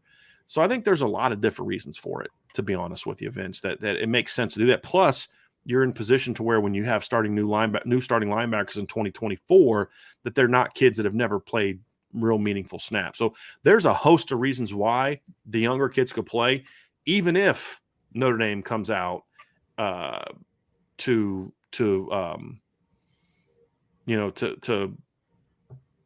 and those guys all play great. Even if they all play great, then we need to see that. When you were talking about Nolan Ziegler, obviously training at Will and training at Mike and kind of being the primary backup for both or whatever, didn't they kind of do that with Tavon Coney earlier on in his career? Wasn't he like the backup for both? Yes. He would come in and he would play Will, but then like the next series, they'd bring the starting Will back in. Yeah. And he would play Mike, like that kind of it was a 3-man rotation basically for 2 positions. Yeah, it was Tavon. It was Tavon, Niles Morgan, and Greer Martini. There you go. Okay. Were that guy. I thought that's what it was. Okay. And Tavon ended up not starting a bunch of games that year, and he still led the team in tackles for loss. Because he got a ton of playing time. Right. Because he was at both positions. Exactly. And then the next year he graduated into a legit starter. Right. Yeah, exactly. Right. But that's the kind of thing you're talking about. Okay, he's not a starter, right? But he's getting a ton of reps in replacement of those guys. And if you're at 2 positions, that's twice as many reps as you're going to get to, spell those guys. And those are only going to benefit him and Notre Dame and this position group moving forward. Right. Because if you look at that 2017 season, Vince, you had 5 linebackers that had at least 438 snaps that year. So this is 2017, right? So Drew Tranquil led him in snaps at 819. He was the rover. Niles Morgan played 747. Tavon played 545. Greer Martini played 438. And even Osmar Bilal had 179. You had 5 linebackers that played at least 179 snaps last season. Yeah. That's kind of where you want to be. Yeah. That's the ideal situation of where you want to be. Right. Whereas you look at last year, you played a ton of nickel, right? So Jack Kaiser was the 3rd linebacker, 338 snaps. Prince Colley played 136. You had your 4th guy was getting as fewer snaps than your 5th guy in 2017. Right. Part of that is because, again, more nickel defense. I get it. Understand it. You played a lot of nickel last year, and that's going to be true this year. But it still shows just how little they used their depth at linebacker last season. Exactly. And that's got to improve. That has to improve. I don't care who the starter is, to a degree, but I want to see those guys on the field. They have to be on the field. They have to be at this point. Yeah. So, all right. Well, let's turn the page to something that other people that the fans love to talk about. Right. We've got the freshmen, you've got and there's a ton of talent in this freshman class, Brian. We're talking about the true freshmen. You've got Drake Bowen, Jaden Ausberry, Preston Zinter. All 3 of those guys I feel like can flash. Can they flash enough to get on the field? Yeah. At linebacker? Because I think they can all play special teams. And depending on how they want to do red shirts and all that fun stuff, that's fine. But can they get on the field as linebackers? That's the question. I would strongly consider redshirting Preston Zinter and Jaden Ausberry. But I have a feeling it's going to be hard to redshirt Jaden Ausberry. Just because it's kind of like, how can you say in one breath that you are, special teams is just as important as your offense and your defense, but then you're not willing to start a guy who would start for you because you want to redshirt him? Well, what's the reason you're redshirting him? To have an extra year playing linebacker. So I understand that temptation, but Jaden's my guy, man. Like, I love that kid. If I'm Marty Biaggi, I'm going to have a hard time not having all, four of the 5 games, kids, games, Nolan, Sneed, Bowen, Osborne, Preston Zinter. Right. I'm going to say, I need at least 4 of them. I mean, you pick one that you're going to redshirt, and then I'm going to play everybody else. And I fully expect Jalen, Sneed, and especially Nolan Ziegler to be on special teams. But I think Drake Bowen's going to be a guy that's really hard to keep off the field this year. I absolutely agree with that. And I know that, well, you redshirt him. You don't waste a year playing special. I have no problem wasting a guy playing special teams if he's a starter on all the special teams. What I didn't like was when they blew a year of redshirt for Romeo Aguar when he was on like one special team unit, right? Like, no. That's not a difference maker on special teams. But with a guy like Drake Bowen and Jaden Osbury, they can be on kick return. They can be a kickoff. They can be on punt coverage. They can be on punt return. Sure. I mean, they can be on everything except PAT field goal. Right. And I'd still consider putting Drake Bowen on PAT field goal. I mean, he could be for all I know, that kid could end up being a good holder. You know what I mean? He's baseball played shortstop in high school, right? I mean, so third base, he was a running back. So either way, knowing I think he was a shortstop early on, might have moved to outfield later. But the point is, guy's got great hands. He was a great running back. And knowing the kind of athlete Drake Bowen is, would it shock you if he was like, wow, that guy's a great holder? I'm joking, right? I'm making it's not going to be Drake Bowen. I'm just making it's point. Not. But that kid's just too athletic not to be on multiple special teams. Same with Jaden Osbury. He's too smart. He's too fast. He's too talented to not be running down there on kickoff. Right. They may make the decision to redshirt him, and I can kind of live with that with Jaden Osbury, because the difference between Jaden and Drake is physically ready to play right now. I mean, he's 6'2", 230. Oh yeah. Jaden's still got to put on some weight, but you saw in the spring game, Vince, when he's flying around, you're like, that guy is that. How do you justify not playing that guy? So I would be very curious to see how those two kids are going to be used on special teams early. Sure. Are they going to have they're going to have a tough time cracking the linebacker rotation early, simply because you have the three vets plus Ziegler plus Jalen Sneed. That could get a little bit tough. Sure. But if there's an injury, I'll put it like this. If I'm an older player, whether it's the starters or the backups, I don't want to have an injury where I have to go down for a couple weeks, because I may get Wally pipped if that's the case. I mean, it's just a reality. And for the veterans, it's not just one guy. If you're starting Will, I got to worry about Marist, Jalen Sneed, Drake Bowen, and Jaden Osbury. One of those, I mean, you know what I mean? And so it's like, I think I might play on this sore ankle a little bit today. Yeah. You know what I mean? Well, that's unless you're playing at a high level, then you get the benefit of the doubt. But some of those guys, like the Maris, doesn't get that benefit of the doubt. No. So that's kind of where I'm at with it, Vince. Is that I love the future at the position. Sure, I do. I think the future of the position is incredibly bright. And then you add Bodie Cahoon and Teddy Rizak next year. Hopefully, Kingston. Also the 25 class is loaded at linebacker, but just with what's on the board right now, man, I'm excited about it. But I don't want to get too far ahead of ourselves, because I still think there's a lot of talent in that fifth-year senior class as well. I'm not ready to write that class off yet either. What I want to see this year is not the veterans playing 95% of the snaps. I don't want to see the veterans sacrifice just to get the younger guys on the field. I want to see all of them. I want to see a 5-man linebacker rotation. Yeah. I don't care who you're starting, because if let's just say Nolan Ziegler beats out Maris Lufau in camp, I still want to see Maris. Maris is still too talented to not have some kind of role in your defense, right? If Jalen Sneed comes out and turns into the 5-star player that we all thought he could be right now, and you're just like, dude, he's better than Jack Kaiser. Okay, it is what it is. Then move Jack inside and play him there, or get him on the field. So even if these linebackers are everything that people in the chat and we and everybody else think that they can be, and they are that right now, I still want to see the vets in that role. So the point is, they all need to play. They all need to be coached up and prepared. And if you're just going to go out there and play the vets because they know the defense, that's nonsense. Now, the thing that makes me feel a little bit better about it is, do you take Marcus Freeman at his word, number one, which I do, and do you think Marcus Freeman is going to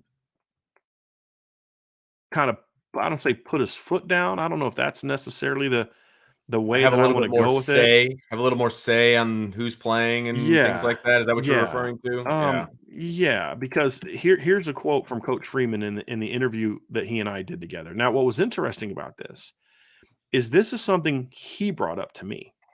Like, it'd be one thing if I said, okay, let's get these younger guys in the field, coach. How are you going to do that? But he transitioned into this, and then I kind of followed up with it later, but he transitioned into this part of it because he was explaining, how being in year 2 of the defense was going to allow them to do more. The players understood them more. The coaches knew the players better, et cetera, et cetera, et cetera. But then he said, he starts talking about, and this is what he said in his butt to what he said. He goes, now, here's what concerns me. is that we're so experienced in our top end of our defense. The challenge for us is going to be, how do we develop the next group of players? You don't want to get through 2023 and all of a sudden you have a whole bunch of guys that have never played. So that's going to be my challenge to the coaches, is I want to make sure we're developing these guys that might not be the first ones to go out there, but we need to get them game experience. And then he started talking about how, he didn't really like that when he was at Ohio State, because he learned that from Coach Tressel. He says, I think you have to be really intentional. Because my response was, look, all coaches say that. Every coach says that. And he started talking about how you have to have a plan. He goes, every coach has a plan to get the young guys in the game. And then our rebuttal when we don't do it as coaches is, well, the game never played out that way. It never got to where it needed to be. It never got to where, and that's bullcrap, right? Where I was told by somebody at Ohio State that Urban Meyer would have a thing where if he would tell the coaches, this kid is going to play this many snaps, and if you don't play him this many snaps, that's on you. You and I are going to have a conversation that you're not going to like, right? Because it was demanded that this kid's going to play X number of snaps in the game. There's no, well, the game never led to that. That's a bullcrap coach talk that we all use to justify not playing more depth, right? And so he goes, you have to be. So I asked him, okay, that sounds fine, but how do you get that? He goes, well, you have to be really intentional. And that's something I learned from Coach Tressel. I remember being the starter and being upset early in the year, like, man, why are we rotating young guys in here? This is my senior or junior year, but there was a reason for that, because you didn't want to wait until they were needed to get them game experience. And then he talks about doing it last year. He goes, that's probably something I probably didn't do much last year, because I'm just trying to figure out where to go and what to say and what to do last year. This year, you can mandate it early in the season saying, listen, we're going to roll guys, we're going to script it out, and guys are going to be in the game. I've been a position coach where it's like, yeah, we will fill it out and we'll get him in, and when it's right. You don't get them in. We have to script it and hold ourselves as coaches to be accountable to when we're going to get them in the game. That's Marcus Freeman's comment to me during the summer. So if he is true to that, then we're going to see not just here at linebacker, but D-line. I know that Mike Mickens has talked about wanting to have a rotation at corner. He doesn't want Cam Hart to have to play every single snap and Benjamin Morrison every single snap, because what happens is he's a smart enough coach to understand, if we're in the fourth quarter against Ohio State and Cam Hart's on snap 70 and Marvin Harrison on snap 50, Marvin Harrison's going to be a lot harder for Cam Hart to guard. Or if, Benjamin Morrison against Marvin Harrison, or one of those guys against Emeka Egbuka or the USC guys. But if they're 15, 20 fewer snaps than my guys are, their legs are going to be fresher in the fourth quarter. Okay, smart guy, right? And so if Coach Freeman truly holds the staff accountable to that, that's going to be a good sign. Now, I don't know if I would necessarily want to do that a ton against Navy, unless those guys have that niche role against Navy. But starting Tennessee State on, yes, you have to have that. And it's going to be D-line. I mean, it means making sure that you're getting Jason Onye a lot of snaps, making sure you're getting Josh Burnham and Junior Tuilamaka a lot of snaps, make sure that you're getting, Tyson Ford some early burn, make sure it's got to be across the board, but it's got to be intentional. Because if you don't do it in September, you're not going to do it once the schedule ramps up late September. If you don't do it late in August and early September, Vince, when Ohio State comes to town and USC comes to town, you're definitely not going to do it then. And so that's something that if coach holds them to that, Vince, then we're all going to be happy, because we're going to get to see all of them. And then if a veteran's not playing well, okay, well, Nolan's grading out really well, or Jalen's grading out really well, or Drake's grading out really well when he gets in the game. This veteran's not. So then when I do decide to make that change against Duke or Louisville or Ohio State or USC or whatever, the kid that I'm putting in the game is a guy that, okay, he's ready. We've seen him, right? Or you may get into a game where, let's just say Jack Kaiser's your starter and he's playing great, but in this game, Jalen Snead's just on fire. So you may ramp it up a little bit. But you can never get that opportunity. It's like a running back. A running back never gets a chance to get hot from the sideline, right? I mean, so I don't know what you're talking about. There's plenty of room to run around over there. I don't. Yeah. Yeah. So great talk about the linebackers. Let's go to our confidence level in this group overall. So we'll do scale of 1 to 10 like we've been doing. So your confidence level in the linebacker group, I've got mine. What say you?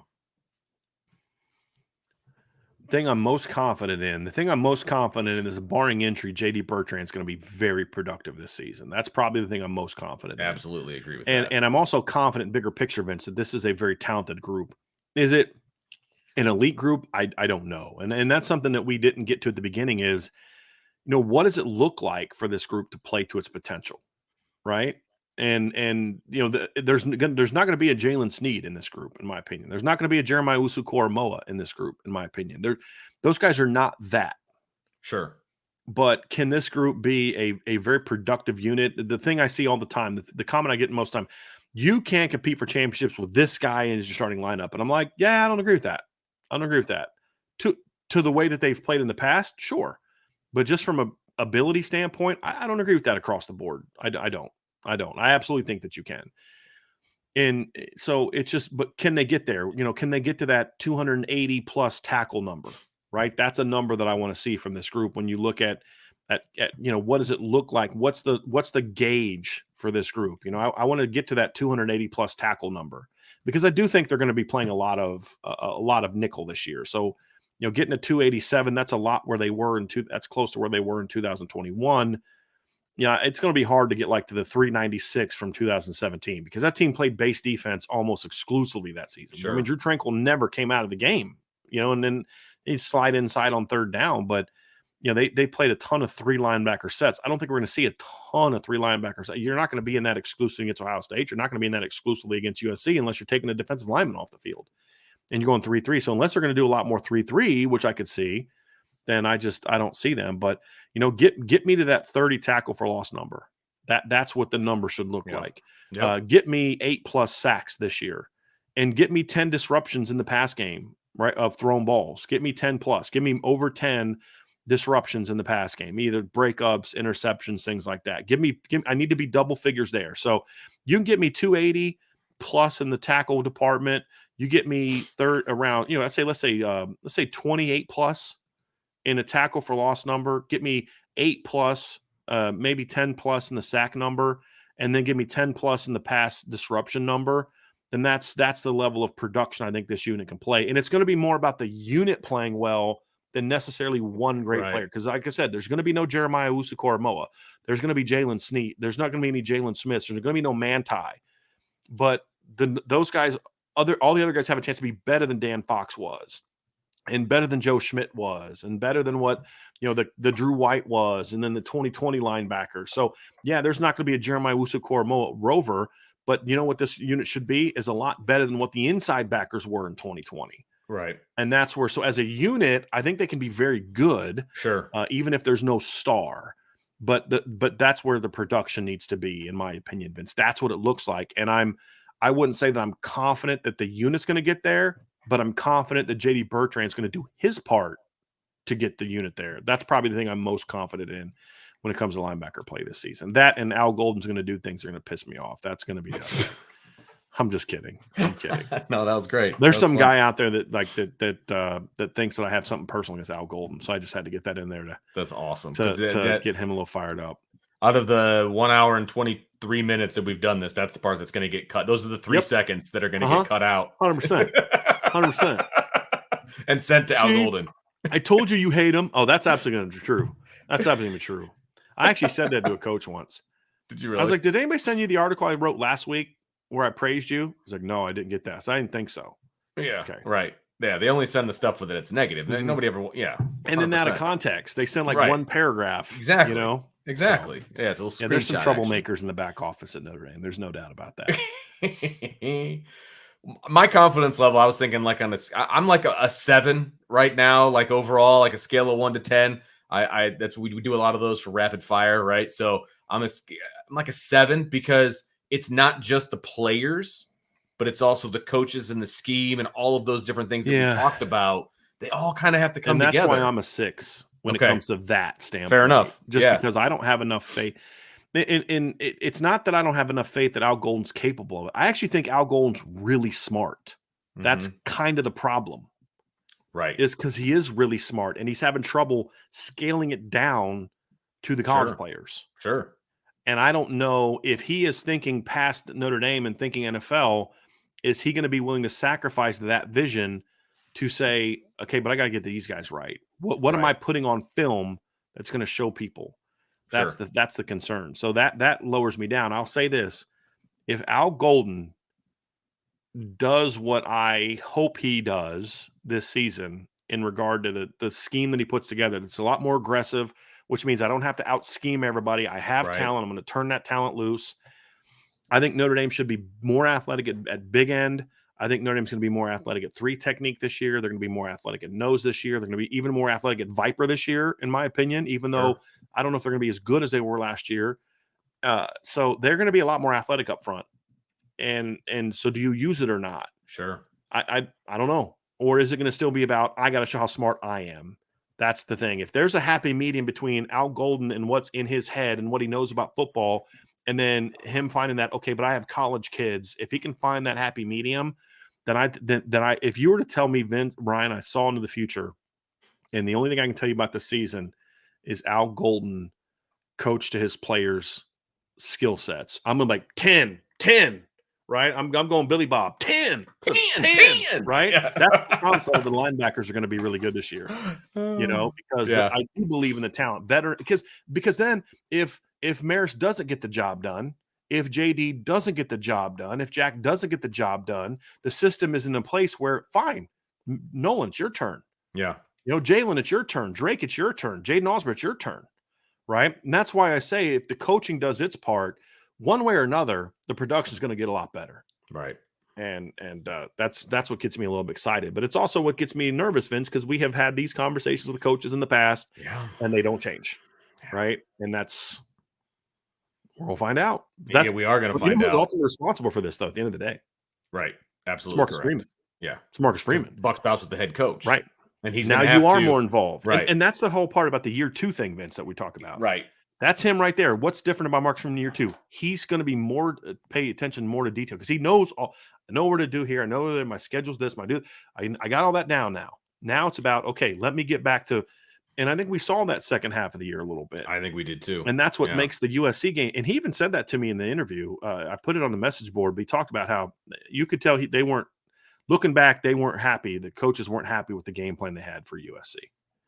And I don't think it's just Marcus Freeman. I don't think Al Golden liked it either. Because you know how it is, Vince. Sometimes you go in thinking, boy, it's a great plan. And then you look back, that's stupid. I can't believe that we did that, right? Yeah. We all have done that as coaches. We've all had those days, man, where it's like, man, I was confident we were going to just run down their throat with this. Yeah. And it freaking didn't work at all. And I liked hearing that. And he didn't come out and say that, but just the way that he expressed it, it wasn't like I wasn't happy with this. It sounded like it came from a conversation where they weren't happy about it, if that makes sense. And I like that. It tells me that there's some reflection going on. Because if Al Golden's a competitor, he's not going to look at that game and be like, yeah, I did my best. Oh, the players sucked.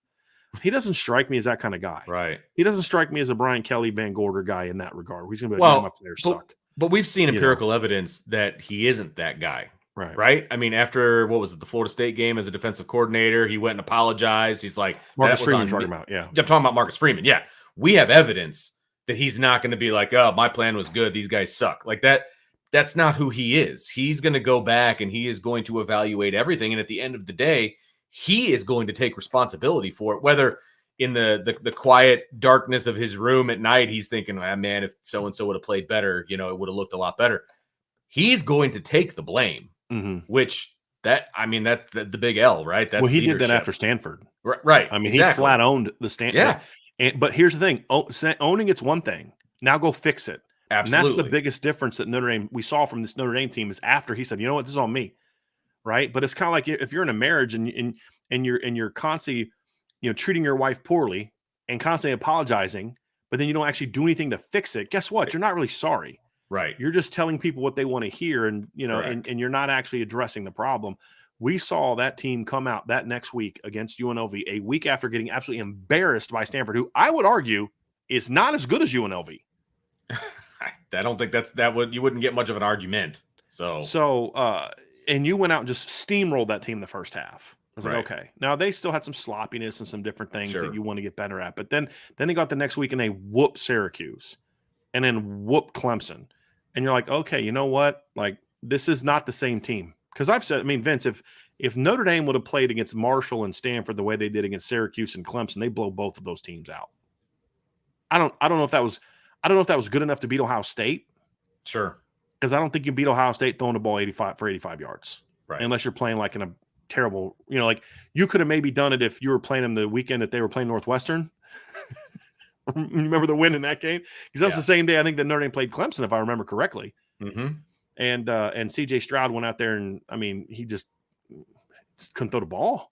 It was some of the craziest win you'll ever see. I actually think it was the same weekend as, it's November 5th, which is the same weekend that Notre Dame played Clemson. And that was at Northwestern, right? And they're right on the lake. Which means it was right down the street from because remember how windy, remember you and I went up to the press on top of the press box before the Clemson game? Gosh, we about got blown off. Because we wanted to hear the crowd when the players came out. Yes. And I had to take my hat off and hold my hat because there was no way I was going to survive. And like Vince is like going like this. Like the wind is blowing it back. I remember that I had to put my hand on your back that one time. Are you all right, man? It was so windy. And that's how it was. And it was even worse at Northwestern because they're right they were on the getting lake. that lake stuff. Yeah. So unless you're playing in that type of condition, which is, whatever, you're not beating Ohio State the same way you beat Clemson because Ohio State's a better team offensively than what Clemson was. You can maybe do that to them defensively, but you're not winning the game. Right. Because again, Notre Dame relied on 2 non-offensive touchdowns to win that game. You can't count on that week after week after week. Right. You just can't. You need more than that against the best team. So, but to the point though, Vince, it's like we saw this team be different. We saw the linebacker production better. If the linebackers play the whole season just like they did the second half of last year, this still is going to be a much better defense. It may not be good enough to be a championship defense, but it's still going to be better. And that's the thing that kind of has me a little bit fired up about it is not because we're not banking on pie in the sky. We need to see this, even though we've never seen it. Right. That's not what we're looking for. The last 6 games of the regular season, Notre Dame held, let's see here, 1, 2, 3, 4, 5, 6, 4 of their 6 opponents to under 300 yards of total offense. Right. And Navy was one of those teams that went over. Sure. And they gave up 352 yards to South Carolina, which is over 300. But if you look at what South Carolina was doing on offense coming into that game, that was a team that went for 415 against Clemson and 606 against Tennessee. Right? That's a pretty good That's a pretty good day. Notre Dame gave up 4.96 yards per play against South Carolina. They had 4.8 against Georgia last year. So Notre Dame held South Carolina to 65 yards rushing. Georgia gave up 92. Right. So, that's good production. That's really good production. And, so even then when you gave up over 300, you still held them below. And the defense didn't play great against USC, but you look at and say, but USC was still below their season average in a lot of areas. Right. USC gained 419 or 436 yards against Notre Dame last year. Well, that's an offense that averaged 506.6 yards per game. And at least 100 of those yards came on Caleb Williams just being Superman. Yeah. Right. And you didn't have Tariq Bracy. You didn't have Cam Hart. Right. So there's reasons to be optimistic to where even if they just repeat what we saw the last 7 games of the year, Vince, it's still going to be pretty good. It just, to me, that's not the standard though. The standard is, are you good enough for this team to compete for a championship? And that's still a question mark. The potential's there, but we got to see about it. Let's do and that's sort of the biggest. That kind of answers the biggest question. Okay, too. I kind of feel like we just did that. Was that right? Will Al Golden make the changes necessary to take the defense to the next step? That's the big question. We kind of answered that, so we can skip that one. Cool. I want to go to bowl predictions. I'm sure you do. Let's get to our bowl predictions, Vince. So, Mr. D'Addario. Yes. I'll still never forget how you told me to properly pronounce your last name when we first met. I was like, how do I properly pronounce your last name? What was it, Vince? It's Hi-Ho D'Addario, just like I would tell the kids at school. Hi-Ho D'Addario. Yeah. Yep. So, what's your bowl predictions, Vince? Give me a couple of your bowl predictions for the year. My biggest bold prediction, and I think this will go to some of the question marks that we have going into the season, right? So I feel like this would be one of the questions that gets answered. I think, and this goes along with one of the things that you brought up earlier, and so I quickly jotted it down because I feel like this is where they need to be in order to be a successful unit. 175 plus snaps for 5 linebackers is where I think that they're going to end up, because I think that they are going to get a nice little rotation going. They are going to get all 5 guys on the field. I think they have an opportunity to do that. Is that bold? I think if you ask anybody in the chat, it's bold, because I don't think that they think that there's going to be any kind of rotation. Good point. Good point. Yeah. All right, what's your second bold prediction, Vince? I want to hear your second bold prediction, because I don't want to steal one of yours, because I know I always steal well, you kind of hit, like, I had them all written down over here, and you kind of hit them all when you were talking about your confidence level. Like, you took the stats, and you were, like, predicting where you think the stats not to steal it this time. Should be. Sorry, Vince. No, you're good, man. It's all good. It means we're on the same page. Terrible friend. Which I love, because I wrote down, look at this, I wrote down double-digit pass defense, and I put 30 TFLs. Like, that's why you made that face when I said that. Okay. I'm sorry. So I had those written down from a stat standpoint. I was going to say something about J.D. Bertrand, but you're like, my confidence level is that J.D.'s going to take that next step. And I have felt that about him, bar none. Like, of all of the linebackers on this roster, I think he is going to take a step where the fans aren't going to be like, why is he in the game? I just think that he's going to be. Well, there may be one that does that, but the rest of the fans are going to be like, shut up, get him out of here. Yeah, exactly. Right. Yeah, exactly. So I think that they're going to get better in pass defense. I think that's huge, because they can't have another season where they have 5. I mean, you can't. So I said double digit. I'm thinking more along the lines of 12 or 13, if I'm being honest. But I said double digit, so maybe that's not bold enough.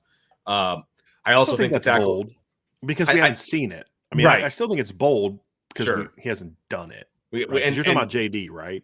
Yeah.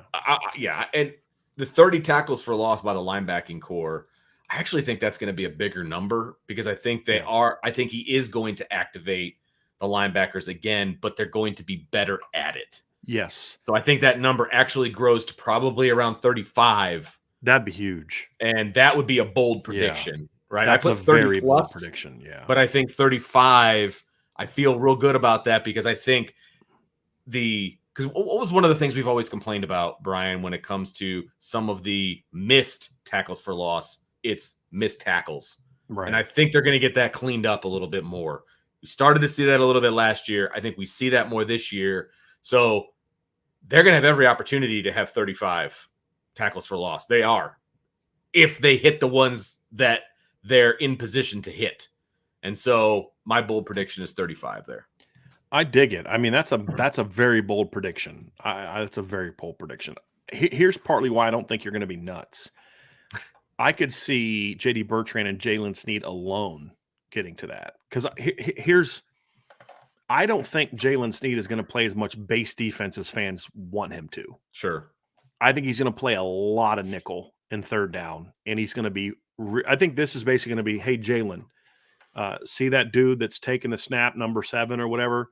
Your job when you're in the game is to hit him, like, legally, and right, of course, right, and that's your job. Like, make it simple for him, and then build on it.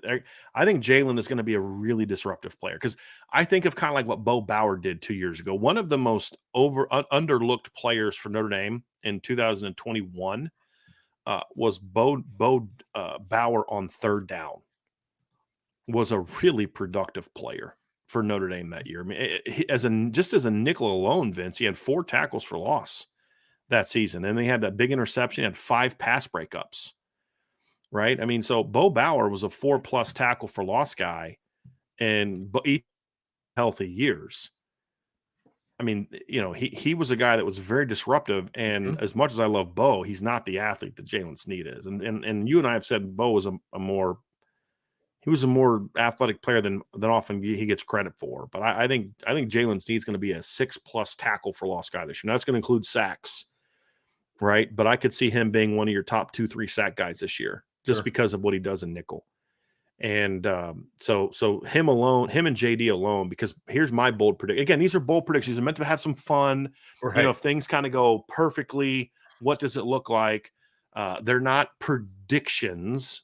Right. Just like this is, it's kind of thinking, I think Notre Dame's, I think Notre Dame, a good prediction, 11-1.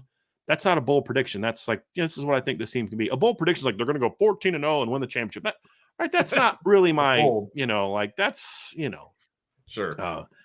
But my bold prediction is J.D. Bertrand is going to earn All-American honors this year. Ooh, I like because of that production. Now, it could be second or third team, but it's going to be All-American honors because when I look, and this is just based off what he did last year and what we just a normal year 2 in a system growth. Because here's two things about JD last year. Yes, he was a year 2 starter. He was in year 1 as a Mike in a new system. And then he missed basically a full game early in the season because of getting kicked out because of targeting. Right. So unless he gets injured or misses multiple games with targeting again, I think JD is going to come very close, if not get the numbers that I said he was on pace for last year, which is, again, his production level over the final 6 games was that of a guy that in 13 games is 100 tackle, 14 tackle for loss, 7 pass breakup, 3 sack performance. If he does that, this defense is going to be really good. If this defense is really good, Notre Dame's competing for a playoff spot. If Notre Dame's competing for a playoff spot, then their players are going to get more All-American recognition. That's just how it works. That's absolutely how it works. Right? And so that's why I have J.D. Bertrand. My bold prediction is that J.D. Bertrand will be an All-American this season. Will he be Jeremiah Owusu-Koramoah, Jalen Smith? You didn't say Butkus, good? I'm not saying that. You didn't say Butkus. I'm not saying that. Yeah. I'm just saying I think he's going to get some all-American consideration this year because his production, he's going to be triple digits in tackles. The exception being obviously if Notre Dame goes out there and blows out half their opponents, then right. Okay, I'll live with being wrong if that's the case. Right. But I think their schedule's too tough for. I mean, they'll blow out Tennessee State. They'll blow out Central Michigan. They're going to have any other blowouts other than that, other than maybe Navy, are going to have to be wow. They played better than I thought they were going to play, right? I mean, those are all. I think after Central Michigan, I think every team that Notre Dame plays the rest of the way made a bowl game until they get Stanford. And Stanford beat them last year, so right. I mean, say what you want to. So that's kind of where I'm at. So I think that's going to triple-digit tackles, double-digit tackles for loss, and he's going to have more sacks this year. That's my bold prediction for J.D. Bertrand. My second bold prediction, I kind of already said too. I think the young players are going to make. I think the freshman and sophomore linebackers are going to end up combined double digits tackles for loss this season. Because part of that's going to be like if you put Nolan Ziegler or Drake Bowen in the game in the fourth quarter, or Jaden Osborne in the game in the fourth quarter against your team's backups, they're going to make plays. I mean, that's just the reality of it. So that's the other one is I think we're going to see combined double-digit tackles for loss from the freshman and sophomore classes. Those are and I don't count Junior Tuihalamaka and Josh Burnham. I'm talking just the pure linebackers from the sophomore class. So freshman and sophomore. So Nolan Ziegler, Jalen Sneed, Drake Bowen, Jaden Osbury, Preston Center. That 5 group will finish here double digits in tackles for loss this season. Those are my 2 bold predictions, Vince. That is bold. Like them? That's bold. What's it's supposed to be? 100%. No, I agree with you. I think if we see some of these younger guys get on and making plays, and I mean, you realize what's going to happen, when after they've blown out Central Michigan, and then you see Jaden Osbury and Preston Zinter go get sacks or tackles for loss. I'm like, how come they're not starting? We're going to get that. But you know what? That's a conversation I'm willing to have because that means that those guys are balling, and that means that the other guys are balling too. Otherwise, they would be starting, right? So that's a conversation that I welcome. And if those younger guys have that kind of production in a backup role, that's awesome, man. That means that this team, this defense specifically, is going to dictate the tempo. They're not just going to sit back. It's not going to be albeit successfully, a Bob Diaco sit back and bend but don't break. They are going to come out and they're going to dictate how they want the game to go. And that's the kind of defense that I enjoy watching is a defense that's not just going to be we're going to do what they give us and, not give up a bunch of touchdowns. We'll give up some yards, that kind of a thing. I want a defense that's going to go out there and they're going to dictate and they are going to press the issue and, within reason. I'm not talking like who was the defensive coordinator under Weiss who just blitzed all the time? Came from Georgia Tech, I think. Oh, John Tenuta. Tenuta, thank you. Like I called that one. Yeah. Remember how much I got hammered at that old place after the Nevada game when I was like, no. Yeah. I'm not talking about that. That's not what I'm referring to. I'm just referring to an aggressive style of defense, and they should be able to, because of the athleticism of the front, the talent in the back, you should be able to do a lot of fun things with the linebackers. And so very excited about the possibility of what this defense could be. And if the younger guys are having production like that, that's what kind of defense this is going to be. So I'm excited about that. I love it. I dig it. Well, Vince, that's going to do it for the linebacker show. We're going to do a mailbag next. But before we do, folks, do us a favor. Hit that like button, hit the subscribe button, hit the notification bell, share this podcast. We are still, just while I'm sitting here, we had another Gold Club sign up and another annual membership sign up during the show today. Wow. So definitely people signing up, getting new people. And the thing I like is some of the new subscribers are actually engaging on the board. A lot of times people will subscribe and just kind of lurk a little bit, but they're jumping in, hey, I'm here and let's talk football. And so we're definitely having, like, we even had somebody yesterday propose because there's not a lot of football to talk about right now, propose a hypothetical. What if Emil Wagner is too good not to play? And you're going to play him right tackle. What do you do to Blake Fisher? And it's a fun back and forth. Like, it's a fun conversation about what you do. Do you put him at right guard, left guard? Like, what do you do? Like, we have fun stuff like that going on too. Even not just the intel and the actual analysis and stuff. Somebody asked, we use the term junk coverage or junk alignment yesterday. What is that? So I took a couple all 22 clips and showed an example of a base defense. Somebody wanted to know what an underlook. So I showed base defense with an underlook, explained that under over, and then showed what a junk look is. So we talk football, we talk movies, we talk life. I'm actually working on. Somebody reached out recently, Vince, and said, there's a lot of prayer requests on the board. What if you just create a board that's just for that, where people can talk about life and prayer requests and all that? So we're actually going to do that. We're going to turn one of our boards into a sort of a prayer board. So it really is meant to be community. Some people are lurkers, some people engage. Either way, you're welcome. And we look forward to that. And you can find that at boards@irishbreakdown.com. And of course, all the people that have signed up to be part of the Booster Club, greatly appreciate that support. Very, very. Just had another annual sign up just now. So it's definitely growing. So I want to thank y'all for that very much. So Vince, you ready to jump into the mailbag, buddy? I know I'm you're ready. always like, can we just quickly get this linebacker stuff talked about? Because I want to do I love the mailbag. You love it. Do. I love it. Like one of my children. All right. Jordan Schreiber with the so weird. So telling your kids you said that. That's all right. They're the loud ones up there. Yeah. All right. Who gets significant playing time at linebacker first? Drake Bowen or Jaden Ausberry? Jordan, that's a great question. Because here's the thing: is it's going to be more depth chart related rather than who's better. That's often how that is. So the question is, okay, well, which is a spot going to open up inside or outside first? Well, right now, I kind of feel like there's a backup spot inside that's going to be more able to gain than Rover. Because right now, Rover, you got Jack Kaiser and you got Jalen Sneed.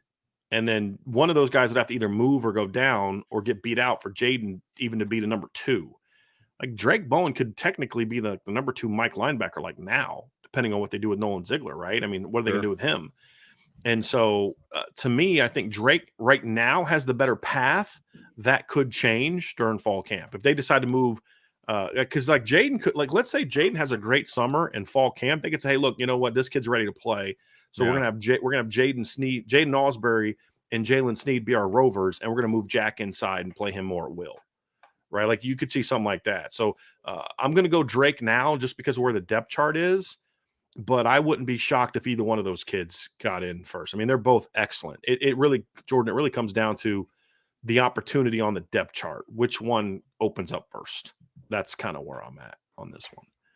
And we kind of answered this one from Tommy Guns. He gave us an over-under, Vince. He said over-under 12 tackles for loss for the group. I mean, if they went under, that would be one of the worst seasons I've ever seen in my life. Yeah, it'd be bad. From a group of linebackers. Yeah, that would be like bad. Terrible. All right, let's go to we've got one here from, I love this name, Marcus Freeman's Little Leprechaun Boy. Wow, is that like an illegitimate kid? Or I don't know. It's like an insult to me. I don't know. Is that an insult to Marcus Freeman? I don't know what that is. I don't know what that is. All right. Within the last 10 years, what is one Notre Dame linebacker coach, former or current, and Notre Dame player, former or current, combination you would have loved to see? How about Jalen Smith with anybody else? That he had? I would have loved. Okay, so I'm going to go one Notre Dame linebacker coach and a player combination you would love to have seen. So the one I want to go with is I'd love to be able to go with Mike Elko and Jalen Smith, but I can't because he wasn't a linebackers coach. Correct. Right. So, boy, that's a really interesting one. So I'm just gonna go Clark Lee then. I think Clark Lee is probably because we've seen Jalen Sneed and Bob Diaco. Now I think Jalen would have moved inside the next year, but he played outside linebacker in 2013 with Diaco. But I think Jalen Smith look, Osmar Bilal had more tackles for loss in his senior season than Jalen Smith had in his last season. Ridiculous. Under Clark Lee. I think Jalen Smith would have been – he already won the Buckus. That's how good he was. He won the Buckus Award in spite of Brian Van Gorder. Could you imagine if he'd had a chance to play with – I'm going to cheat and say that. I wish Jalen Smith instead of going to the NFL, would have come back to college, rehabbed, been 100% healthy in 2017, and been able to play under Clark Lee as the linebackers coach with Mike Elko as the defensive coordinator. Wow. Yeah. Like, think about what Tavon Coney did that year in a rotation role. Right. Exactly. Right? Like, exactly. Yes. That year, Tavon Coney, as part of it, he had less than 500 snaps. In that 2017 defense, Tavon Coney had 12.5 tackles for loss. Drew Tranquil had 10.5 tackles for loss. Niles Morgan had 7 tackles for loss, and Greer Martini had 3 tackles for loss. Could you imagine Jalen Smith starting a will linebacker with that staff? That'd have been fun to watch. That's my answer to that one. So Clark Lee as because if Clark Lee's just the linebackers coach, that means Mike Elko, so the coordinator. That's the way to get the answer that I wanted. Manipulated the system to get where I wanted to get to, Vince. So there we go. That's great. That is awesome. That's a fun question. Oh, I like that one. Irish Burnt Ends 84. Do you think now having Max Bulla as the GA will improve the linebacker play, considering he has experience coaching as compared to James Laurinaitis last season, who came in with none? I hope so. Yeah. I hope so. I hope we see him. It's hard for me to say for sure because we've only seen him in practice so far. Right. But I have to think that a guy that Nick Saban kept around for a couple of years is correct. Got a little bit of something to him, right? And Max Bulla wasn't a really productive player at Michigan State because he was a borderline Jalen Smith as athlete, right? Can we agree on that, right? What was he drafted? Was Max Bulla drafted or did he go undrafted? I don't know. That's a good question. I remember him at Michigan State, though. He went undrafted. Okay. And played 3 years in the NFL. He was not a great athlete. The guy had 299 career tackles, and in his last 2 years at Michigan State in 12 and 13 had double-digit tackles for loss in each of those 2 seasons. And he didn't do it because he was a 4.4. Right. So to me, I'm actually going to go look and see what his combine numbers were because I'm sitting there talking about his athleticism, and he may have lit the world on fire. And I'm going to catch up to Max Bulla at some event, and he's like, I heard you talking about my combine numbers. If he had 300 total tackles in his career and went undrafted, I feel like maybe his Vince, he ran a 4.78. Yeah, okay. And only had a 31-inch vertical, had a 7.22. He only had a 9.4 broad jump. Yeah. So this is not a guy that only had 31-inch arms, so not real long arms. So he was a guy that, as I thought, did not have great. In his pro day, he didn't improve it by much. He ran a 4.76. So his 20-yard cone drill at his pro day was 4.4, which is not moving in a cone drill. So again, why was he a great linebacker? Right here. He was tough as nails. If you remember some of those teams, those 2012 and 2013 Michigan State teams, he was a starting linebacker on that Michigan State team that went 13-1. Mm-hmm. That one was Notre Dame. Had a great defense. So he didn't do that because he was Jalen Smith athletically, right? And that's my whole point. And he was a very productive player on those teams. So, he's a guy that I would like to see have an impact. And if he can, then that's obviously going to be good for them. For those linebackers. And it's, again, James Laurinaitis was a much better player. James Laurinaitis was also a great athlete, but it's not so much that, he's a better coach than James Laurinaitis. He just has been doing it for longer. Right. Exactly. This is going to be his 4th year coaching football. Right. James Laurinaitis was in year 1.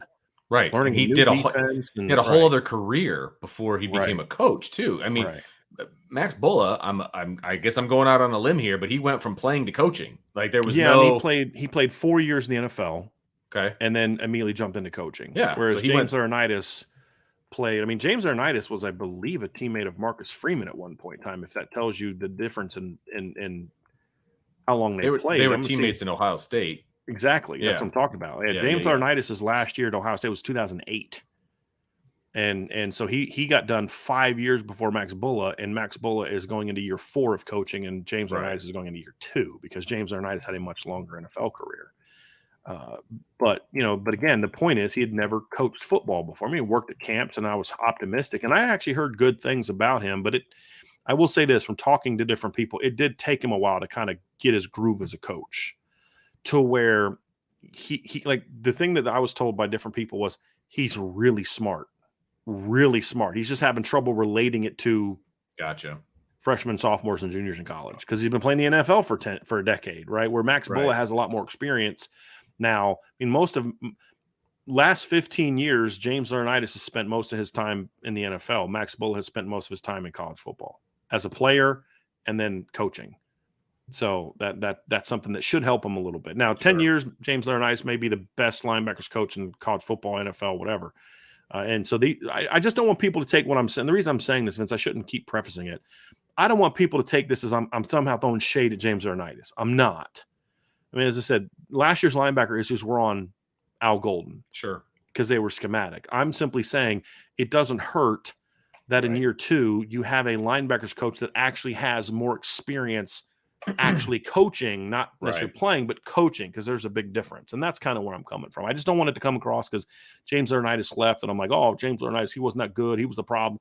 I'm not saying that. I'm just saying it's good to have a guy that's actually coached the position longer. Sure. And you hope that that'll benefit this group. And because these veterans are a little bit more experienced, then maybe that'll allow Coach Bulla even more time to spend on Nolan Ziegler and Jalen Sneed and Drake Bowen and Jaden Alsbury as well. I'm hoping that those two things happen. So, yeah. Jordan Schreiber with a mailbag question. Who is the best run stuffing linebacker? So like old school Mike linebacker style? On the current team, I mean, I'd probably say J.D. Bertrand. Right. I mean, he's the only one we've seen really do it. Mm-hmm. I'm very much looking forward to seeing what Nolan Ziegler and Drake Bowen are going to be able to do as inside run stuffers. Sure. But right now it's JD at the college level. Yeah. Yeah. Right now it's JD. So no doubt about it. Tommy Guns. Which 3 current backers would give Notre Dame that Teo Smith JOK combo that we all wish we could have seen? Well, I mean, none. Setting the bar awfully high. None of them. I mean, right. I mean, none of them are those guys. No. But like, what would be the dream scenario if everybody plays to their potential of what they can be in 2023? Okay, it's your veterans. I mean, I know people are going to hear this, but if Maris Lufau plays to his full potential, he's still better than any of the veterans because he's got 3 years of experience on him, 3 and 4 years of experience on him. Yeah. But, JD's still your better Mike. I mean, if JD Bertrand plays his best this year as a 5th-year guy, because I can answer the question realistically about upside. So if Drake Bowen and Jaden Alsbury tap into their full potential of who they can ever be in college in year 1, sure, they're starting because there's, whatever. I mean, it's like, okay, and then it's Drake Bowen, Jaden Alsbury, and Jalen Sneed, something like that. But like, that's not realistic. Right. I think, best case scenario is maybe it's Jack, JD, or JD and Marist are part of your inside combination, and Jalen Sneed your rover, or Jack and JD are starting and a Nolan Ziegler steps in. Like some combination of Jack and JD with, Nolan Ziegler or Jalen Sneed, depending on who steps up the best, would be the thing that I would say is if you really want to get like, okay, other than just the starters and take the easy answer, that would probably be the combination I would most look to, something along those lines. I think it's definitely a combination. It's not just 3 guys, not with this group. It's got to be a combination. Yeah, it's definitely, I mean, like you just took the 3 best linebackers. I'm just hoping we can get, because, well, here's a fun question for you, Vince. What was the best linebacker group that Notre Dame has had since 2010? For me, I think it's kind of an easy answer, but I've found that a lot of people don't immediately go to this answer. Coney and Tranquil that year. Yeah. See, I go 17. Okay. Because in 18, when Coney was a but it was just the two of them. guy. Yeah. It was just the two of them in 2018. It was just Drew and Osmar was kind of your third guy, but you didn't really play but two guys a whole lot. 2017, Drew Trank was excellent as a rover. Tavon was great as well in 17. Plus you had Niles and Greer. Yeah. Also on that team. So I actually thought the linebacker play in 2017 was outstanding. Just the other position groups weren't as strong. Right. As those groups were. But yeah, I mean, most people immediately go to 2018 and they were the best 1-2 punch, no doubt. In my opinion, that was the best 1-2 punch Notre Dame had a linebacker since 2010. Sure. Easily. Right. But as a whole room, I thought that makes sense. Yeah, Drew at rover. Right. And who was the rover in 2017? They never really found one. It's like sometimes it was Osmar. He wasn't that good. Then they tried Houston there. He wasn't that good. And then they put Sean Crawford in a nickel and that because they didn't really have a rover. Yeah. You had Drew as a rover in 17, and then you had Tavon, Greer, and Niles balling inside. I think that was the best linebacker room Notre Dame had, in my opinion. I like it. Really was. Yeah. 2012 was pretty good, too. I thought Danny Spahn is a very underrated player. Danny Spahn was a really good player. I mean, he wasn't really good from like he made a ton of plays, but he just did his job about as consistently and effectively. And we talk about the 2012 team and we almost never talk about Danny Spahn. He was a full-time starter on that team. Danny Spahn was a good football player in 2012. We never talk about him. But I just think that Dan Fox was a nice player, but he wasn't Tavon and Niles and Greer and Drew and those guys, in my opinion. So that's why I'm going 2017. It's a good one. Very good one. That's really, really fun questions today. Let's get this one from Indy Football Nerd. Nice. Do you believe the linebacker room is more suited to what the coaching staff wants to do schematically than in 2022? Well, it's the same guys. Well, I would say that yes, because you have more pieces that Al Golden can throw at people if he wants to. So if Al Golden says, I really need a guy that can just come in and rush the quarterback. Once Bo Bauer went down last year, they didn't have that. And they didn't really use Bo that way early either. I mean, Coach Golden didn't use Bo Bauer the same way Marcus Freeman and Clark Lee did. Just didn't. You know, just the way it was a different defense. I mean, and that was probably more that the way that Bo was used early last year, Vince, was probably the most evidence that we had that Marcus Freeman was not running the defense last year. Yeah. You know, because Bo was very disruptive the previous year, you know, and he just wasn't that last year. Mm-hmm. Just wasn't. So I would say you've got a Jalen Sneed to kind of come in and be a disruptive nickel package. I think most NFL guys want to have packages. And so from that standpoint, with Ziegler being a year older, with Jalen Sneed, you know, with the freshman, I think there's more packages you can do. I think what it comes down to is I think that this unit is going to be better suited because they have a year of experience in his system. They can run his system more effectively than last year. And we always talk about the players learning the system. Coaches also have to learn their players. And absolutely, you don't walk in the door immediately knowing who your players are. I mean, Marcus Freeman can tell you this part, but you need to see it for, you know, here's what this kid can do. No doubt. Even this kid. And so Al Golden's going to have a better sense of what JD Bertrand's good at this year. He's going to have a better sense of what Jack Kaiser's good at this year too, that he didn't have a year ago at the same time. And that matters too, if it's a good football coach. And I still think Al Golden's a good football coach. He frustrates the heck out of me when it comes to recruiting and with some of the stuff he does, but there's still a lot you see where it's like, man, this guy's still really smart. I mean, go ask Ryan Day if Al Golden knows how to put a game plan together, right? Go ask Dabo Sweeney if Al Golden knows how to put a game plan together, right? I mean, this is still a pretty good defense last year. It just wasn't good enough. Right. But it was still a pretty good defense in a lot of ways last year. And imagine what their scoring defense would have looked like last year. It wasn't bad if they just were number 50 overall in red zone defense. That's it. Right. I mean, instead of last. Like literally last. Like that's hard to do. And they still only gave up 21 offensive points a game, despite playing Ohio State, Clemson, South Carolina, and USC. They were great between the 20s. Yeah. Freaking great. Yep. So we'll see. We'll see. It's going to be very interesting. But good question, Indy football nerd. John Weaver. Were you guys ever able to verify Bradley Shaw's height and length from a visit to campus? 6', 6'1", doesn't seem to fit the criteria at linebackers the staff has been going for. I did not, John. I was not able to get that yet, but I think that at height right there is kind of what we're going to see, right? I mean, that's the reality of it. Now, basically, what you have to ask yourself is, do I like the other parts of his game enough to be okay with him not being that long or not tall? And that's what I've kind of come around on Bradley Shaw, because my first thought was, I love the kid's film, but he just doesn't have the profile. Yeah. Just doesn't have the profile.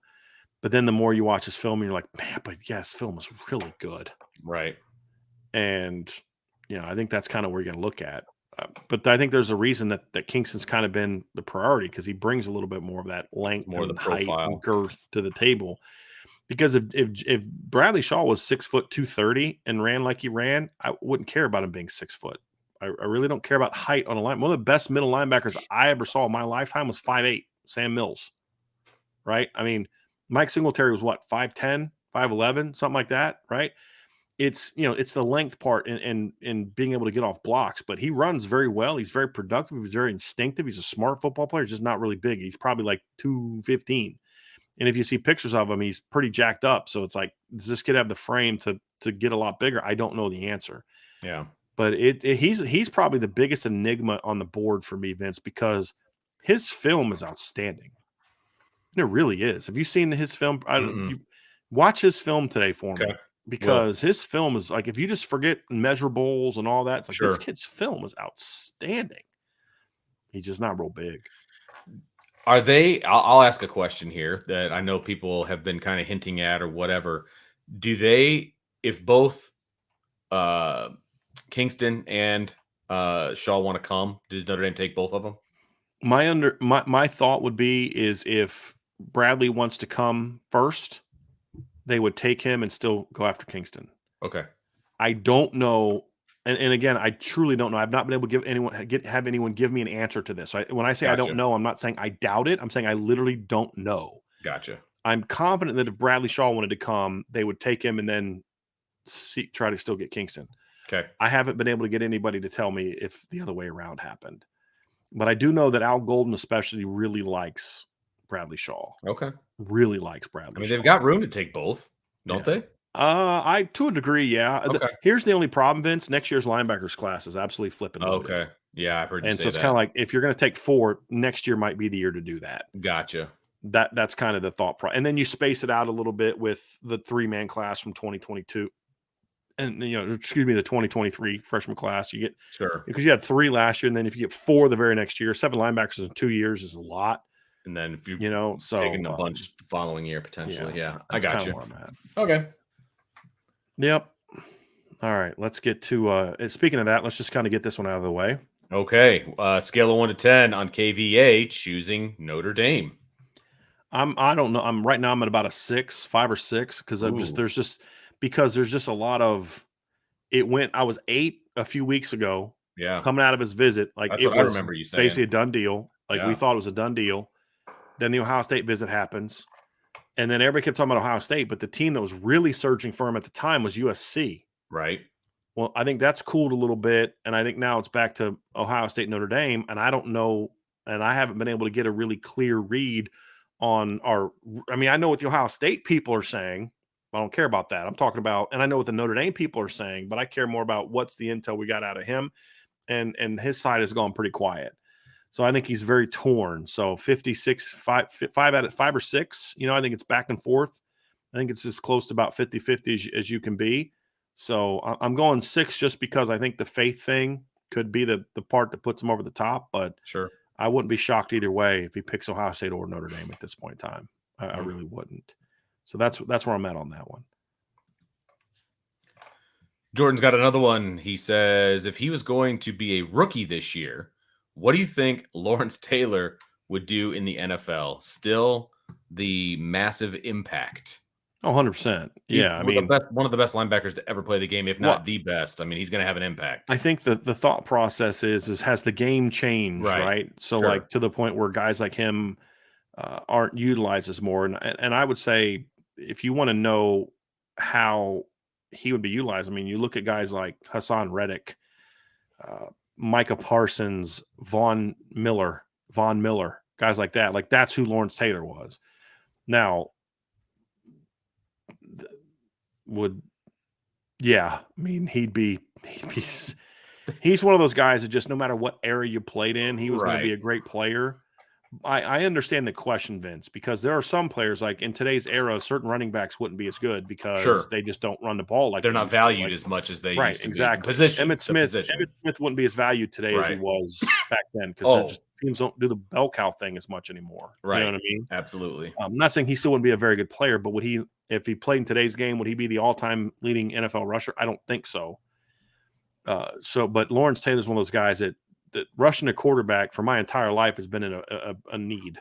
Sure. And the way that he did it, there's always that need for that overhang guy, whether you're a 4-3 team with a stand up, but there's still always those teams that just play that guy on the edge. It's just, it's all he does is rush the passer. I mean, he's a better version of Von Miller, and look what Von Miller's done. I was going to say, if you line him up on the edge like a Von Miller, because that's the first person that I thought of, like as an edge linebacker-ish type player, he would destroy tackles. He'd destroy them. And he would have sack records and everything else. I mean, there's just no doubt. So would he have an impact? No question. And he was a little bit before my time, like really watching the game. But I know how good I've seen enough. I've seen enough to know that you give any defensive coordinator that guy with that talent level, he's going to have an impact. No doubt about it. No doubt. T-Gun's coming up some wild over-unders, Vince, today. Okay. So. All right, here we go. So over under 3.5 interceptions, 15.5 sacks, and 300.5 total tackles. So let's take those one at a time. Let's go 3.5 interceptions. Under. Okay. That's a lot. I'm going to say that as well. Okay. 15.5 sacks. I'm definitely going under on that. Yeah, that's a lot too. I don't see that happen. I would be ecstatic if they had double digits. Yeah. And that would still be a third lower than where that number is set. Yeah, 3.5 tackles, total tackles. Yeah, I'm going to go under there too, just because I think they're going to play so much. The nature of the schedule is such that your three best opponents are teams you're probably going to be playing a lot of nickel against. That's just kind of right, and it's just going to lower the opportunity for there to be more tackles. And so you put it of those, that's the number I'm most confident they get to. Like that's the one I would consider taking the over on of those three. Because you said 280. You'd be happy plus, at 280 plus. Minimum 280 plus. Yeah. Right. But 300 is a very reasonable number. Right. Especially if the offense is more big play this year than it was last year. But you also factor in what we've talked about in other conversations, which is, we're talking about limited possessions this year. At least one or two possessions this year total in a game are going to be out. That's going to factor into it as well, on top of the nickel stuff. But if I were to set the over-under, I would set it at this. 290 and a half tackles or 289 and a half, one or the other, would be the tackle number I would take. That's more the tackles for loss to me. I'd probably go just kind of looking at what the numbers have been in the past, Vince.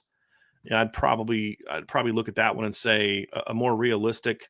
Actually, let's just pull the numbers up again for what we've seen in recent years, and keeping in mind that in some of those years we've had a Butkus Award winner in those. So let's just pull up those numbers from recent seasons again, so we can give some context.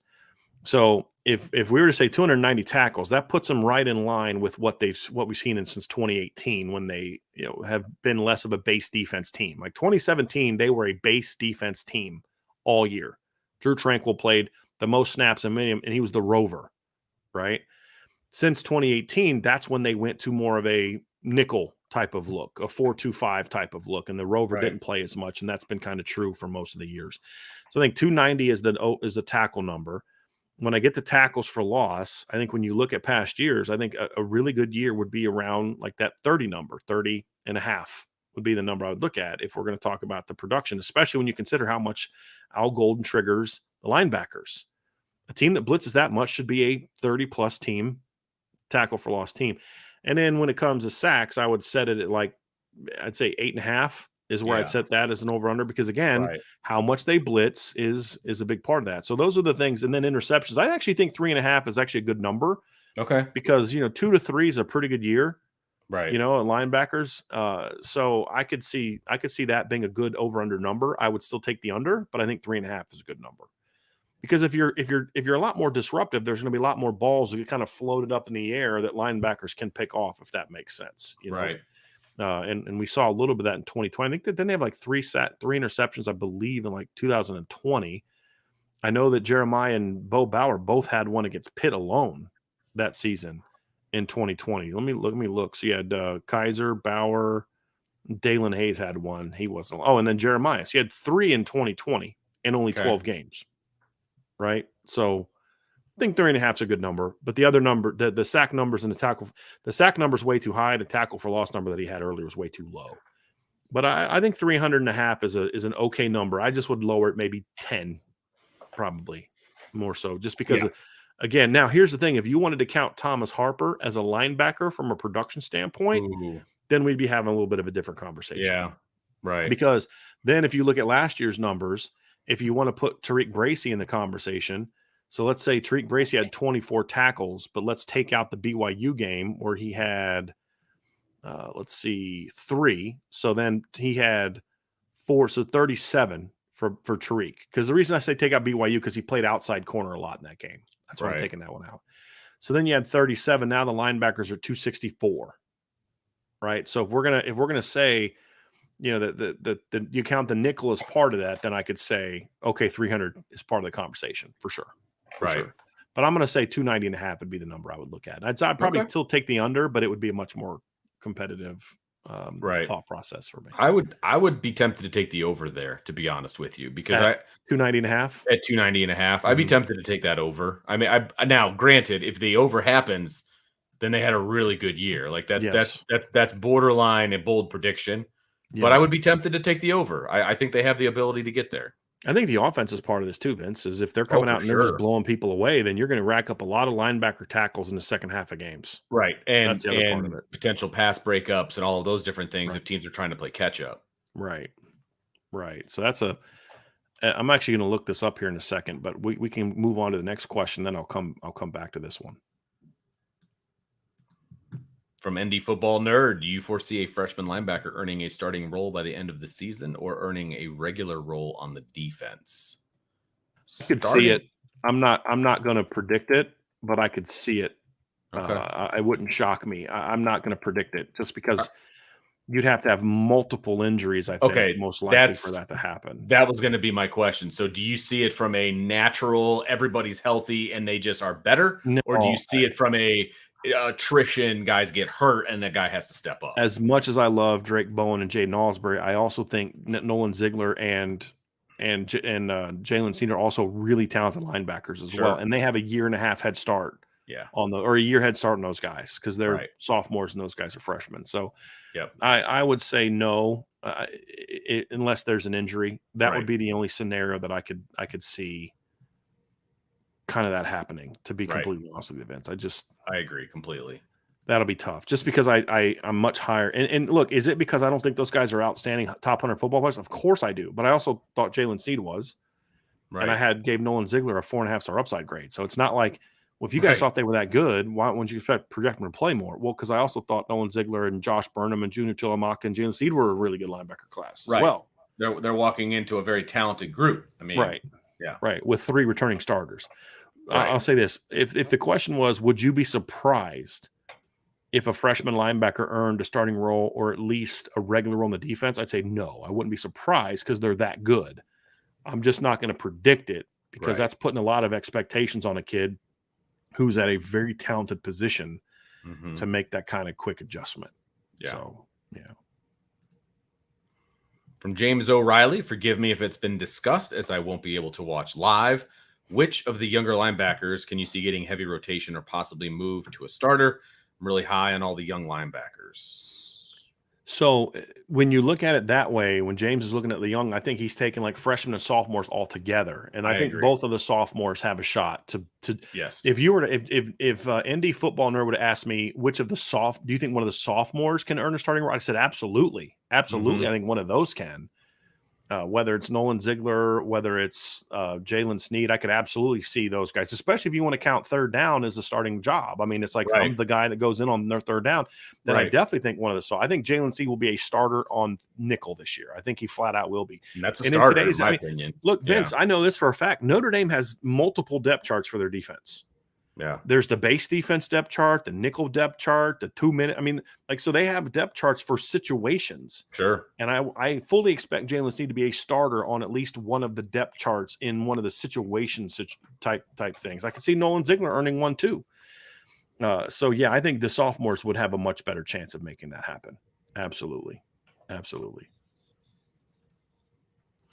From T Guns, if you could get Coach Freeman and the coordinators on truth serum, what would be your most important question to ask them that you would otherwise get coach speak or decredentialed for?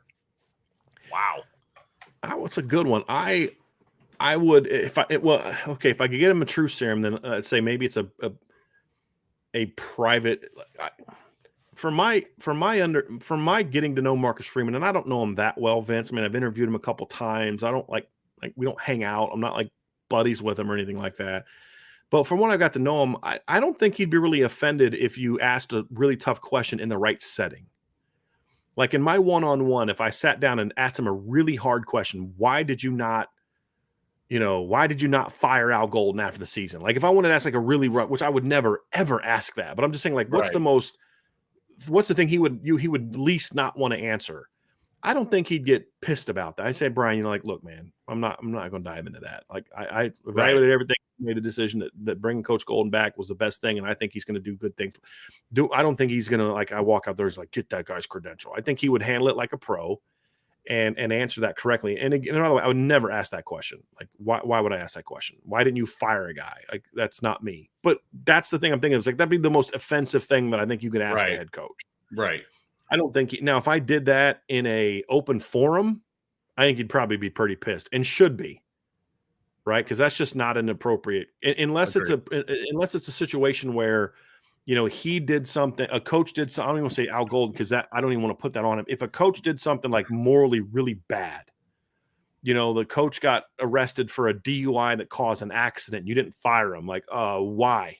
You know what I mean? Like a coach got arrested for assault in the offseason, did something really bad, then that's a different thing, right? Vince, where there's a little bit more appropriateness to, why didn't you consider a stronger punishment or something along those lines? Like if a player would have done that, he's out. And that's the kind of thing that frustrates me is like if a player goes out and has a assault on a female, right? Like he's out. Well, coaches should be held to that same standard, right? Oh, if a player goes out there and gets a DUI, he's probably getting suspended, and he's probably getting suspended, right? I mean, Sebo Flemister had this happen to him. Why aren't coaches getting the same punishment like the guy at Alabama the last couple of years? And you have like a couple of them, right? So it's like the coaches should be held to an even higher standard. And if players are going to get suspended for games, then so should coaches. If they're doing that, would be the only situation I could even dream of asking that. And I don't know if any of the Notre Dame coaches I've ever heard on this current staff that are even the type of people that would even be a problem, right? And be something, so I'm not even worried about that. I mean, right. I mean, it's just, I look at it, Vince, and I'm just not, the decredentialing thing is just not something I could think of. But I'll say this to answer Tommy's question: if I could get them on truth serum in a non-public forum, I always am fascinated. I really want to know what you think your team's talent level is. Because there's a lot of coaches that are always like, how fans are always thinking of the next generation of the next.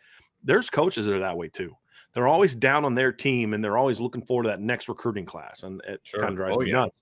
Yeah. I'd be very curious to the current coaching, because it's especially when you're not the ones that recruited this roster. So you might be a little bit more honest about it. What do you really think of the talent level of your roster?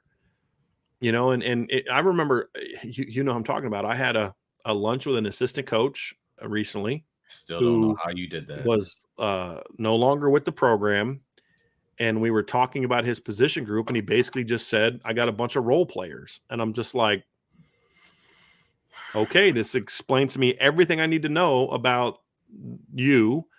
and why you did what you did, because it's not my fault, it's the player's fault.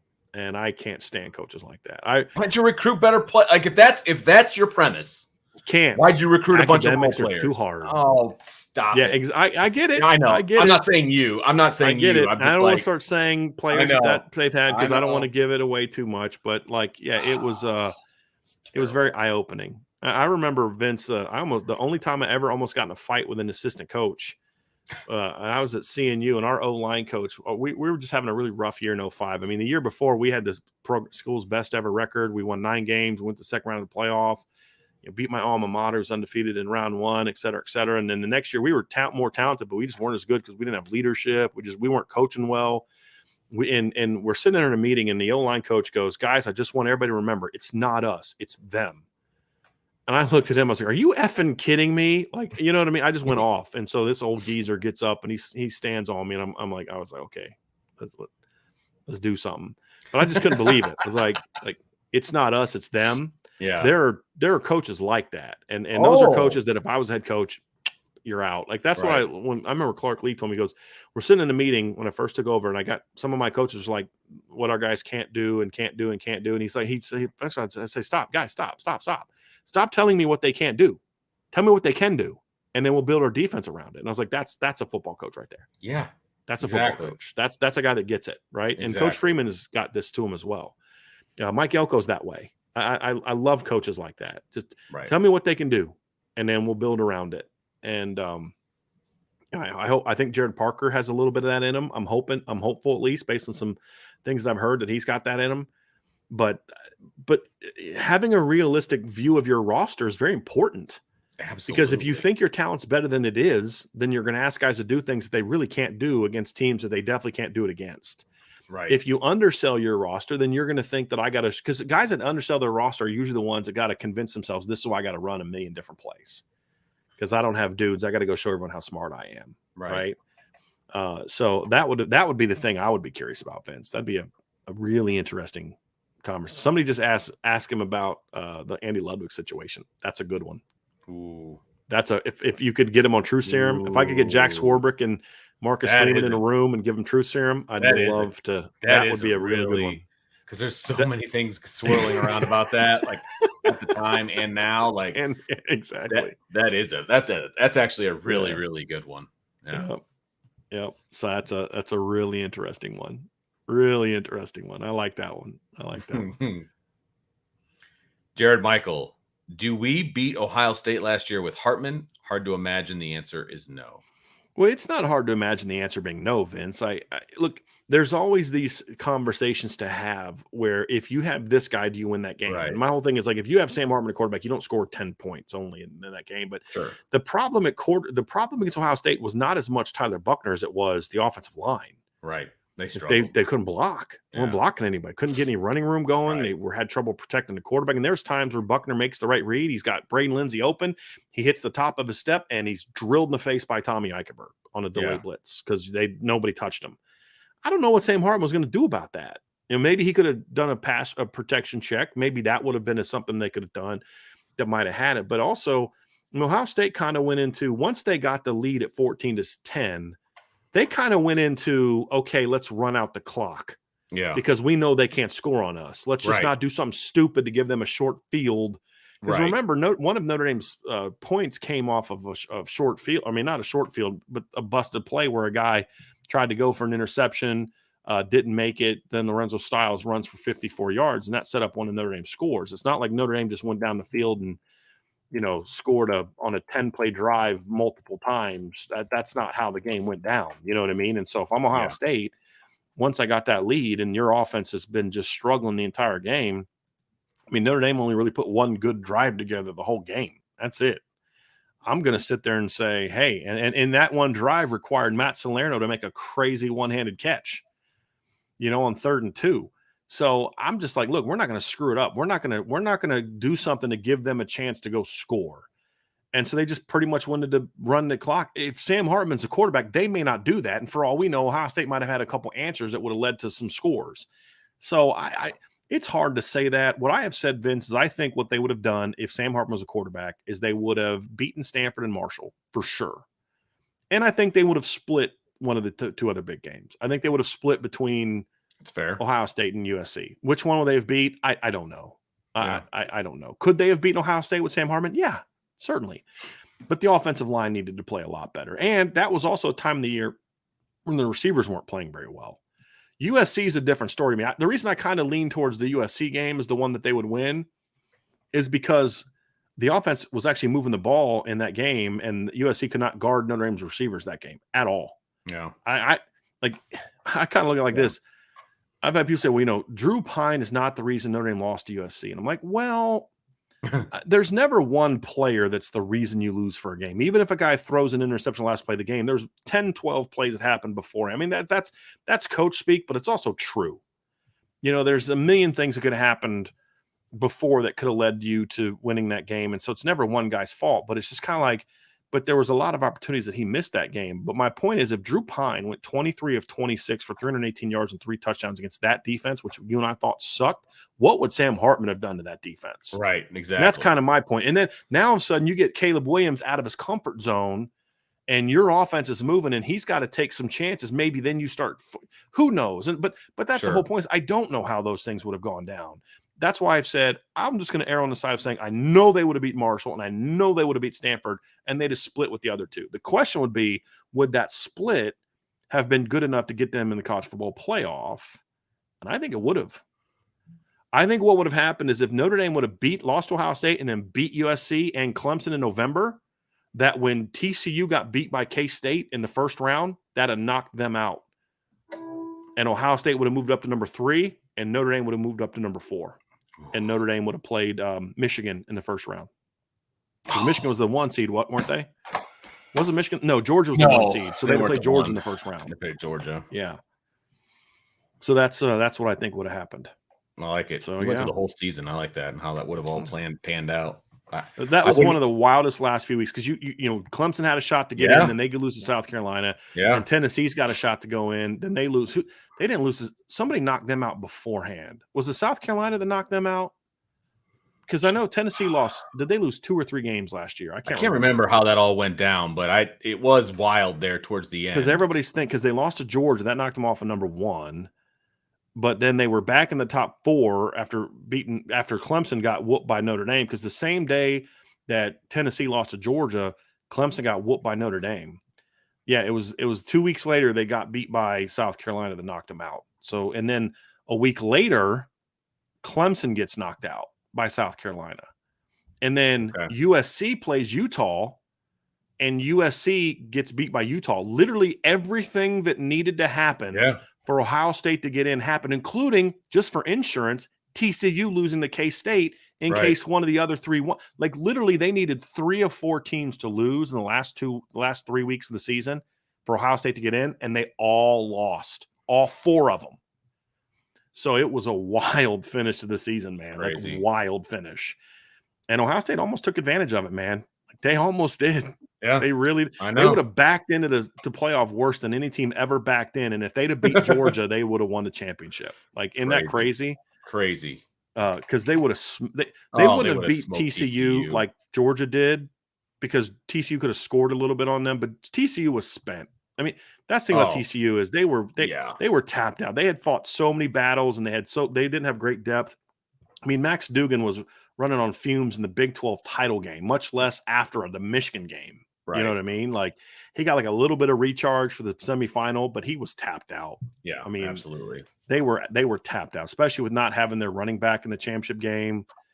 They were tapped out. Ohio State would have beat them convincing. It would have looked a lot like the Oregon game in 2014, Vince, like 42-20, something like that. 42-27, maybe TCU gets a late score, but they would have beat TCU. There's no doubt. It just wouldn't have been 65-7. Right. In my opinion. So good stuff, man. Let's get the last few here as we get ready to get out of here. All right, Johnny, what are some of the most frustrating things about the offense for you? One of mine is the running back getting tackled for a loss. What? I mean, okay. Well, that doesn't bother me. I mean, guys are going to get tackled for losses. I was looking this number up, Vince, earlier. The team in the last year that had gave up the fewest tackles for loss last year in the entire season was Washington. They gave up 31 total. 7 of those were sacks. That means they had 24 other tackles for loss. Some of those are going to be taking a knee, stuff like that. Sure. That's so stupid that counts, but yeah. Yeah.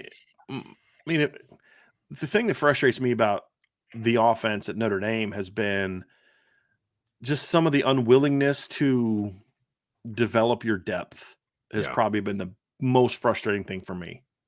More than anything is because been more on the offense than the defense, because defense does play some younger guys at times.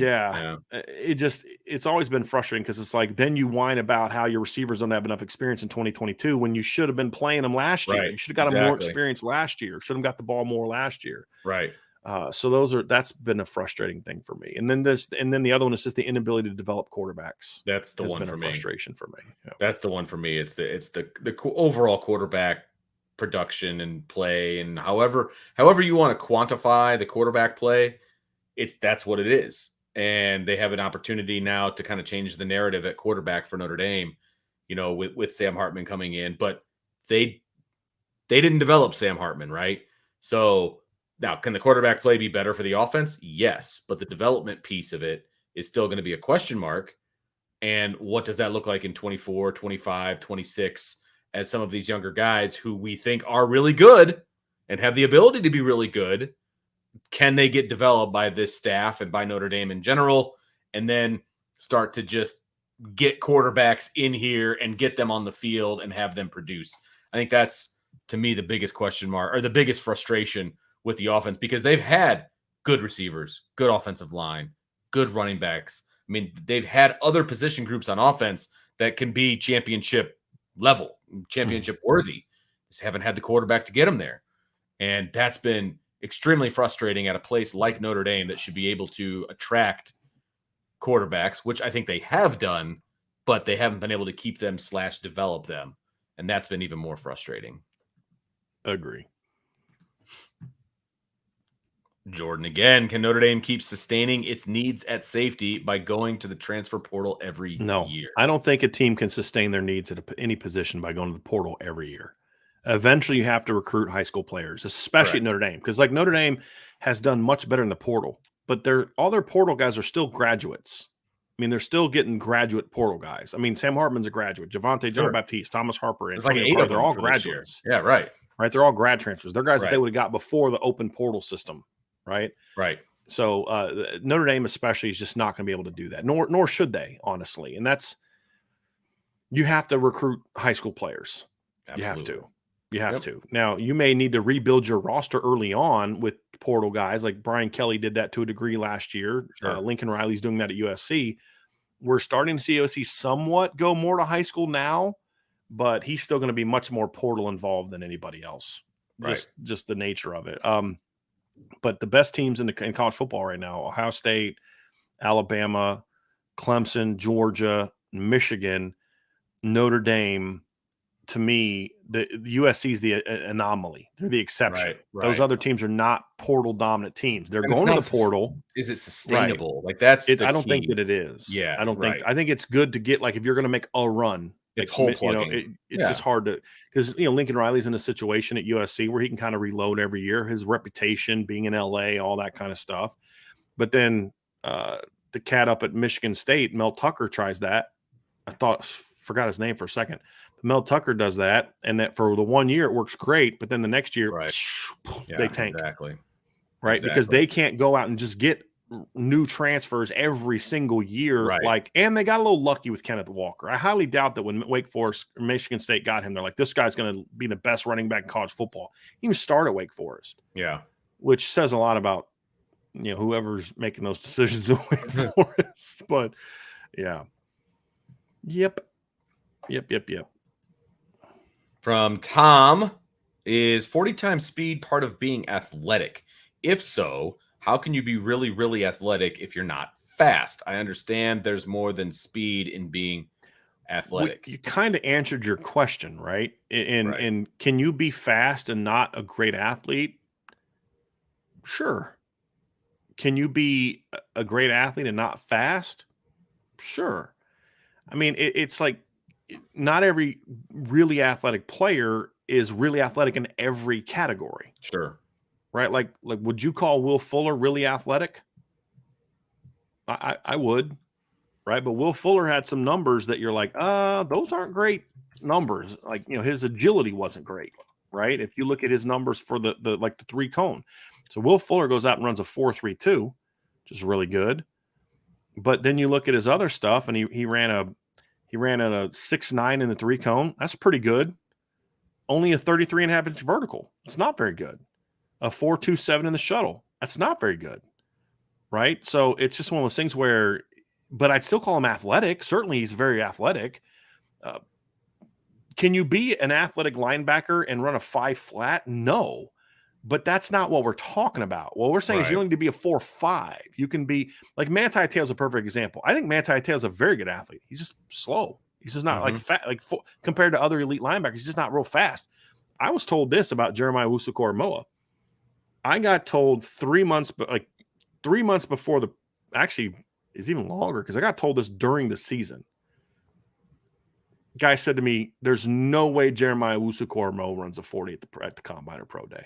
So why? I'm like, because he will crush the combine in every area except one. He never runs I was told, somebody told me, and I don't know how true this is, that he never got above a 4.7 at Notre Dame in the 40. I don't know if I buy that, but what I was told is his long speed's just not great. But you get him within a 20-yard span, and he is as elite athletically and explosive as anybody in the country. Yep. And that's very true. But there's a reason. I said, because it was kind of funny. Everybody's like, well, he didn't do the 40 at the pro day because he had a hamstring injury. And I'm like, guys, he did several drills that are much tougher on your hamstring than running a 40. Yeah, exactly. He ran a 3-cone drill, he ran shuttle, he did a 40, and he did the vertical, he did all that kind of stuff.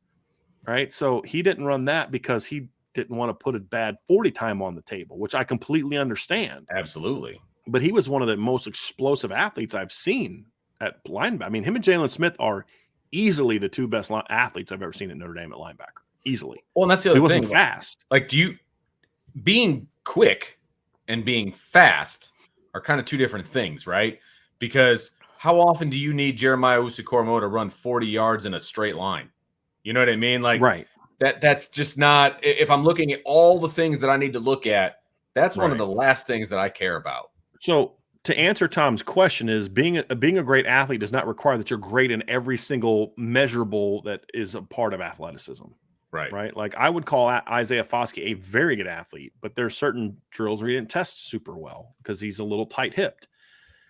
So yes, you can be athletic and not be fast. Is 40 time, because I feel like you're asking a couple different questions here, Tom.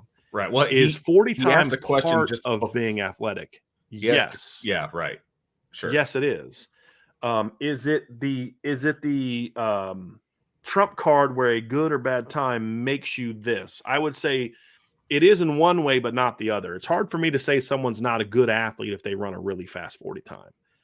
I would not necessarily throw someone up in the elite athlete. This is why, Vince, you'll see guys that run like 4.3s. There was a guy that ran over like a 4.31 a few years ago and didn't get drafted and didn't make it out of rookie minicamp because he just was not a great athlete otherwise. And he wasn't a great football player either. But you can't be a bad athlete and be really fast. Right. In my opinion. But you also doesn't make you a great athlete either. You can be a 4.7 linebacker and be really athletic in other areas, but not be fast. Can you be a 5'1 linebacker and be athletic? No, I don't think that you can. Because if you're a 5'1, that shows other athletic issues or other body issues that you're not going to be a super, like you're not going to run a 5'1 in the 40 and then run a 4.15 shuttle, right? Or leap because if you're leaping 40 inches, you're not running a 5'1 unless you're 350 pounds. Exactly. Right. I mean, that's things do translate one to the other. Right. But it doesn't need to be elite. Right. And there's different types of being fast. There's guys that are fast out of the gate. For Dexter Williams was this way. Dexter Williams, would anyone question Dexter Williams being a really good athlete? Of course, he's a very good athlete. He ran a 4.58 at the pro day. Right. That's slow for a running back. Absolutely. Kyle Hamilton ran a 4.8. Jalen Elliott ran a 4.68. Jalen Elliott ran a 4.8 at the combine. Now his pro day numbers were better. I think he got into the 4.6s, I believe, but he's not fast. Jalen Elliott's an outstanding athlete. He's just not real fast. There's a difference. So I do think you can be not fast. And again, when we talk not fast, we're talking not fast like relative to other great athletes. They're all fast for us, you know, I mean, in our world. I mean, they're still faster than all of us. It's just kind of part of the deal. I mean, Jalen Elliott ran a 4.8 in the 40 at the combine. He still ran a 6.8, 7.3 cone, which is outstanding. He jumped 34 inches. His broad jump was 125. Those are all very good athletic numbers. He just wasn't a good 40 time guy. Yeah. So, yeah. Those are all interesting things, but yeah, Tom, it's there's a lot of partial truths to everything you're saying. You can be athletic and not fast, but you can also be fast and not an elite athlete. It's just every player's different, and there's some guys that just don't test well. They're athletic on the field, they just don't test well. Irish Mills 540. Usually, I'm working during the live shows, try to catch them live when I can. But looking at Kaiser, JD, and Marist, how crucial is it that they are a complete unit this year rather than one standout? I mean, that's it right there. I mean, Irish Mills, that's kind of what we discussed a little bit at the end of the show, Vince, I don't know that there's not going to be a Jalen Smith on this group. There's not going to be a Manti. Agreed. There's not going to be a Jeremiah Usakor. There may be one production. Like, if J.D. Bertrand goes out this year and has 105 tackles, 14 tackles for loss, 7 pass breakups, and 3 sacks, which is something he was on pace for last year, that's better than anything Jalen Smith ever did at Notre Dame. You know, slightly lower on tackles, but more pass breakups, more interceptions, more sacks, more tackles for loss than anything Jalen Smith ever did. Is he as good as Jalen Smith? No, of course not. But it's about playing within the system, producing within the system. And if one guy is playing great and 2 aren't, or 2 guys are playing great and 1 guy's really bad, then as a unit, they're not going to play well. It's just, you know what it is, Vince? It's a lot like offensive line. You took the words right out of my mouth. I was just going to say that. I'm sorry. You're good, because they don't need to have. Now, if you're giving me the option of having a Jalen Smith or a Manti Te'o or what, yeah, of course, I'm going to take one of those guys. But you don't have to have that. If you have 2 to 3 guys, and I say 2 to 3 based on whatever alignment that you're in at linebacker, if you have those guys working together and those guys are doing what they're supposed to do, and you can trust the guy next to you and you cover for each other and that's all you need at linebacker. It's absolutely it's of all of the position groups, I think linebacker and offensive line are very similar, even more so than even offensive line and defensive line, right? Because you just work together so differently. I agree with you 100%. I think that if you can get these 3 to 5 guys that Notre Dame is probably going to be counting on at linebacker, they work together as a unit. This can be one of the best linebacker units that Notre Dame has had since 2010. It'll be better than any linebacker unit that Jalen Smith played on. Right, absolutely. Right. Because he was here, and then there was a big drop off to everybody else. At Mike, correct. Right. Yeah. Right. Doesn't mean that any are as good as him. Right. So yes, very, very good point, Vince. Very good point. And I'm sorry that I took your No, it's funny that like you were going down. I was like, oh my gosh, it's just like an offensive line. And then you said it. It's funny, Vince. It's like some people say like Vince is unwilling to disagree with you. I was like, that's not it. It's just we don't often disagree. We just see things the same way a lot of times. Right. It has nothing to do with you're afraid to disagree with me. Sometimes I think that I'd like for you to disagree with me more, but it's just that we tend to be on the same page a lot. Yeah. So that's why we get along. One of those times. Jared Michael, is Harrison Smith one of the top 5 greatest Notre Dame players all time in the NFL? Ooh, that's a good question.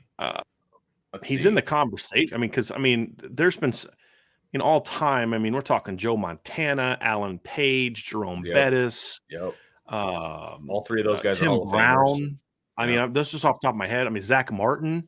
Yep. Is he even the best NFL player from the Brian Kelly, Charlie Weiss era? I think that's debatable because of how great Zach Martin has been. Now, those are the 2 for me. I mean, they're in it, but man, you think of some of the best. I mean, some of the best all-time Notre Dame players. I mean, Paul Hornung. Right. You know what I mean? Like, right. You know, there's been some Bryant Young from. You know what I mean? Like, yeah. Man, there's been I just type in ND football players in the NFL Hall of Fame. Yeah, like, it's a long list. And Quentin Nelson probably on his way. Yeah. Yeah, I mean, Nelson's not. I mean, Harrison Smith's been a much better player than Quentin Nelson so far because he's been better for so much longer. But for sure, absolutely, yeah, right, absolutely. Right. But I mean, when you think about it, though, Vince, I mean, there's been a lot of great ones. I'm just trying to think off the top of my head. I mean, this is the list of this article I found from a few years ago. It looks like of teams with the most NFL players, and here's some of Notre Dame's Hall of Famers.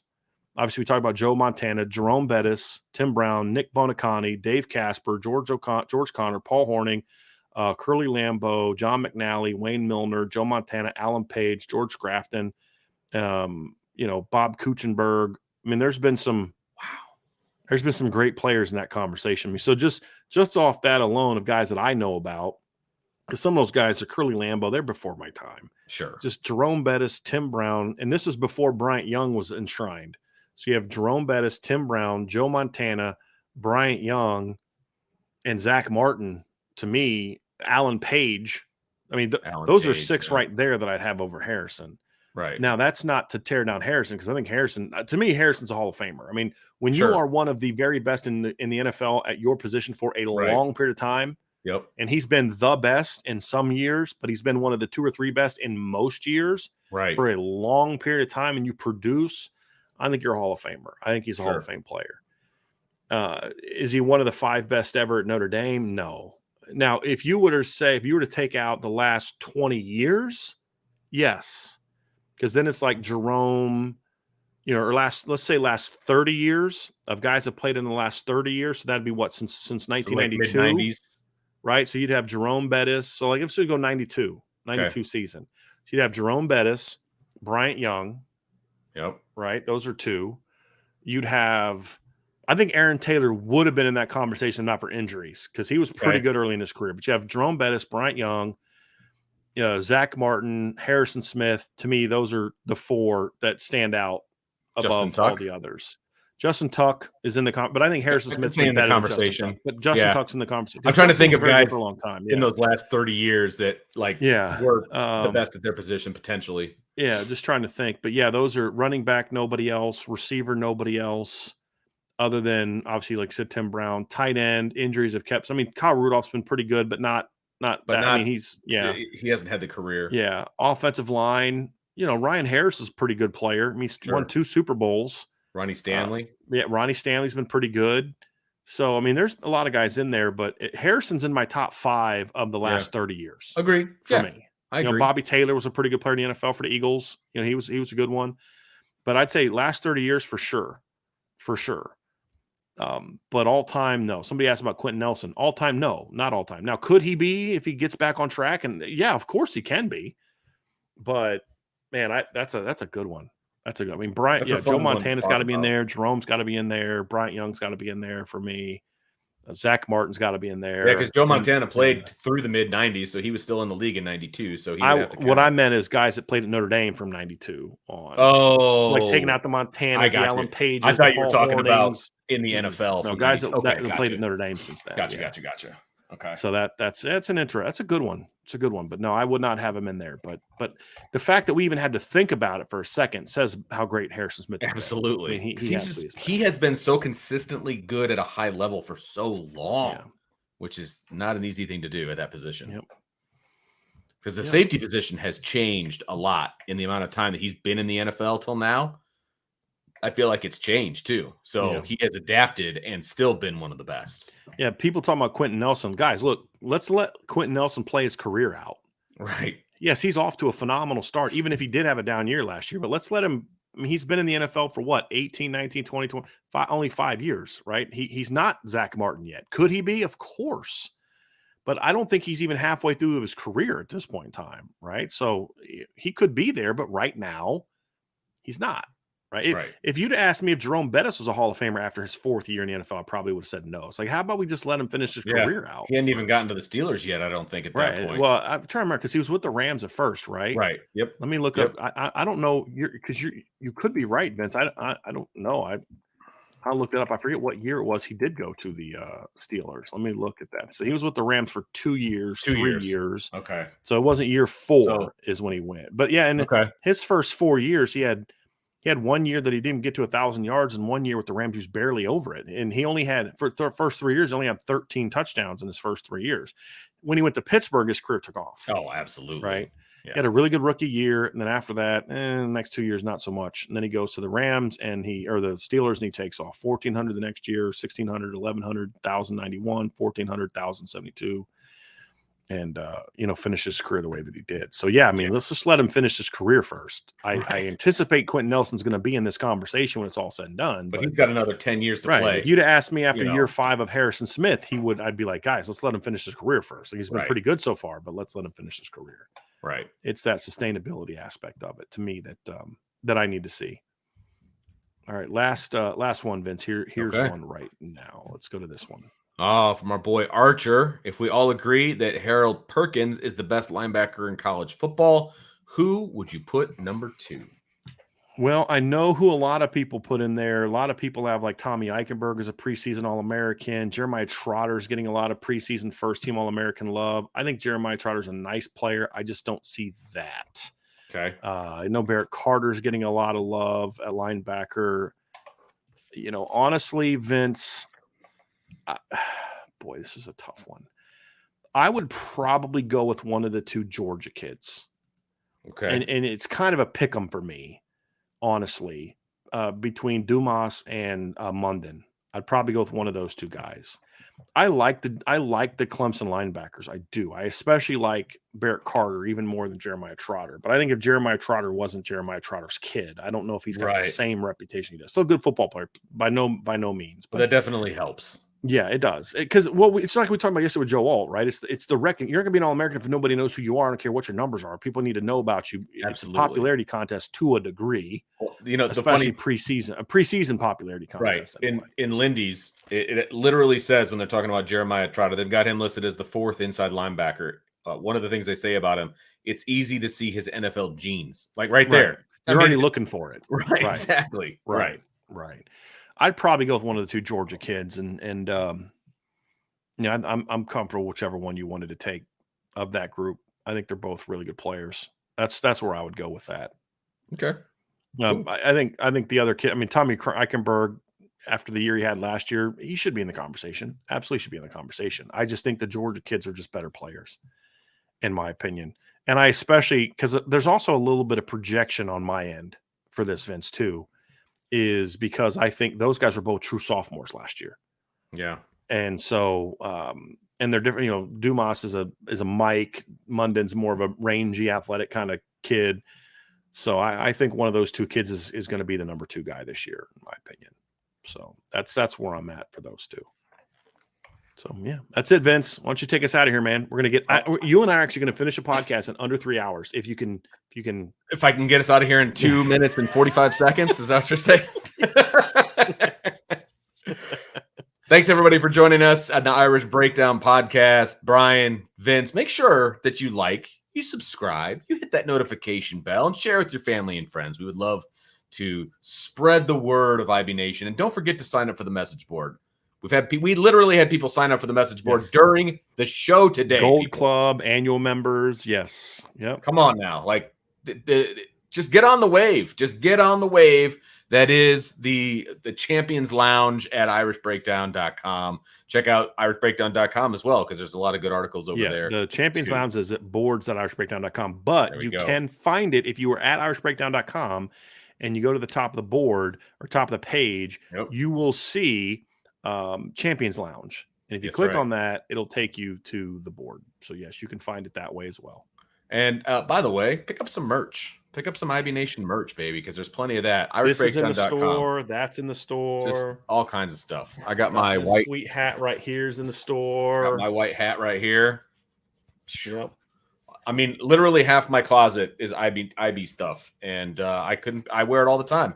Wore it to Indy yesterday. I had to find a polo to wear to church on Sunday. And Andrew's like, why are you wearing that? I was like, because I wear IB stuff everywhere I go. I wanted to leave the house without IB on. So, seriously, I do it all the time. And I felt dirty the whole time. I was like, man, I just should have put an IB shirt on. So everybody, thanks for joining us. There is IB Nation Sports Talk tonight at 6:00. So make sure that you tune in for Sean's that. going to play his interview with Danielle Green tonight, which is going to be awesome. So very good. Not only a basketball player in Notre Dame, but a Purple Heart recipient. That's awesome. For wounds she suffered in battle. We always talk about how much we love our veterans here and the people that put their lives on the line for our freedom, and she is one of those people. So we tip our cap to her, and I can't wait to hear the interview she had with. That is awesome. She's going to have with Sean. So make sure you check that out at 6:00 tonight. So a little under 2 hours. Go get yourself some dinner. Check back in. So mailbag tomorrow. That's right, baby. The Friday free-for-all mailbag. I'm excited. I'm ready. I'm going to get us out of here under 3 hours. So for Brian, I'm Vince. We will talk to you next time on the Irish Breakdown Podcast. I'm just going to not hit end until it's after 3. I just want Vince to keep holding that face as long as possible. That's so mean.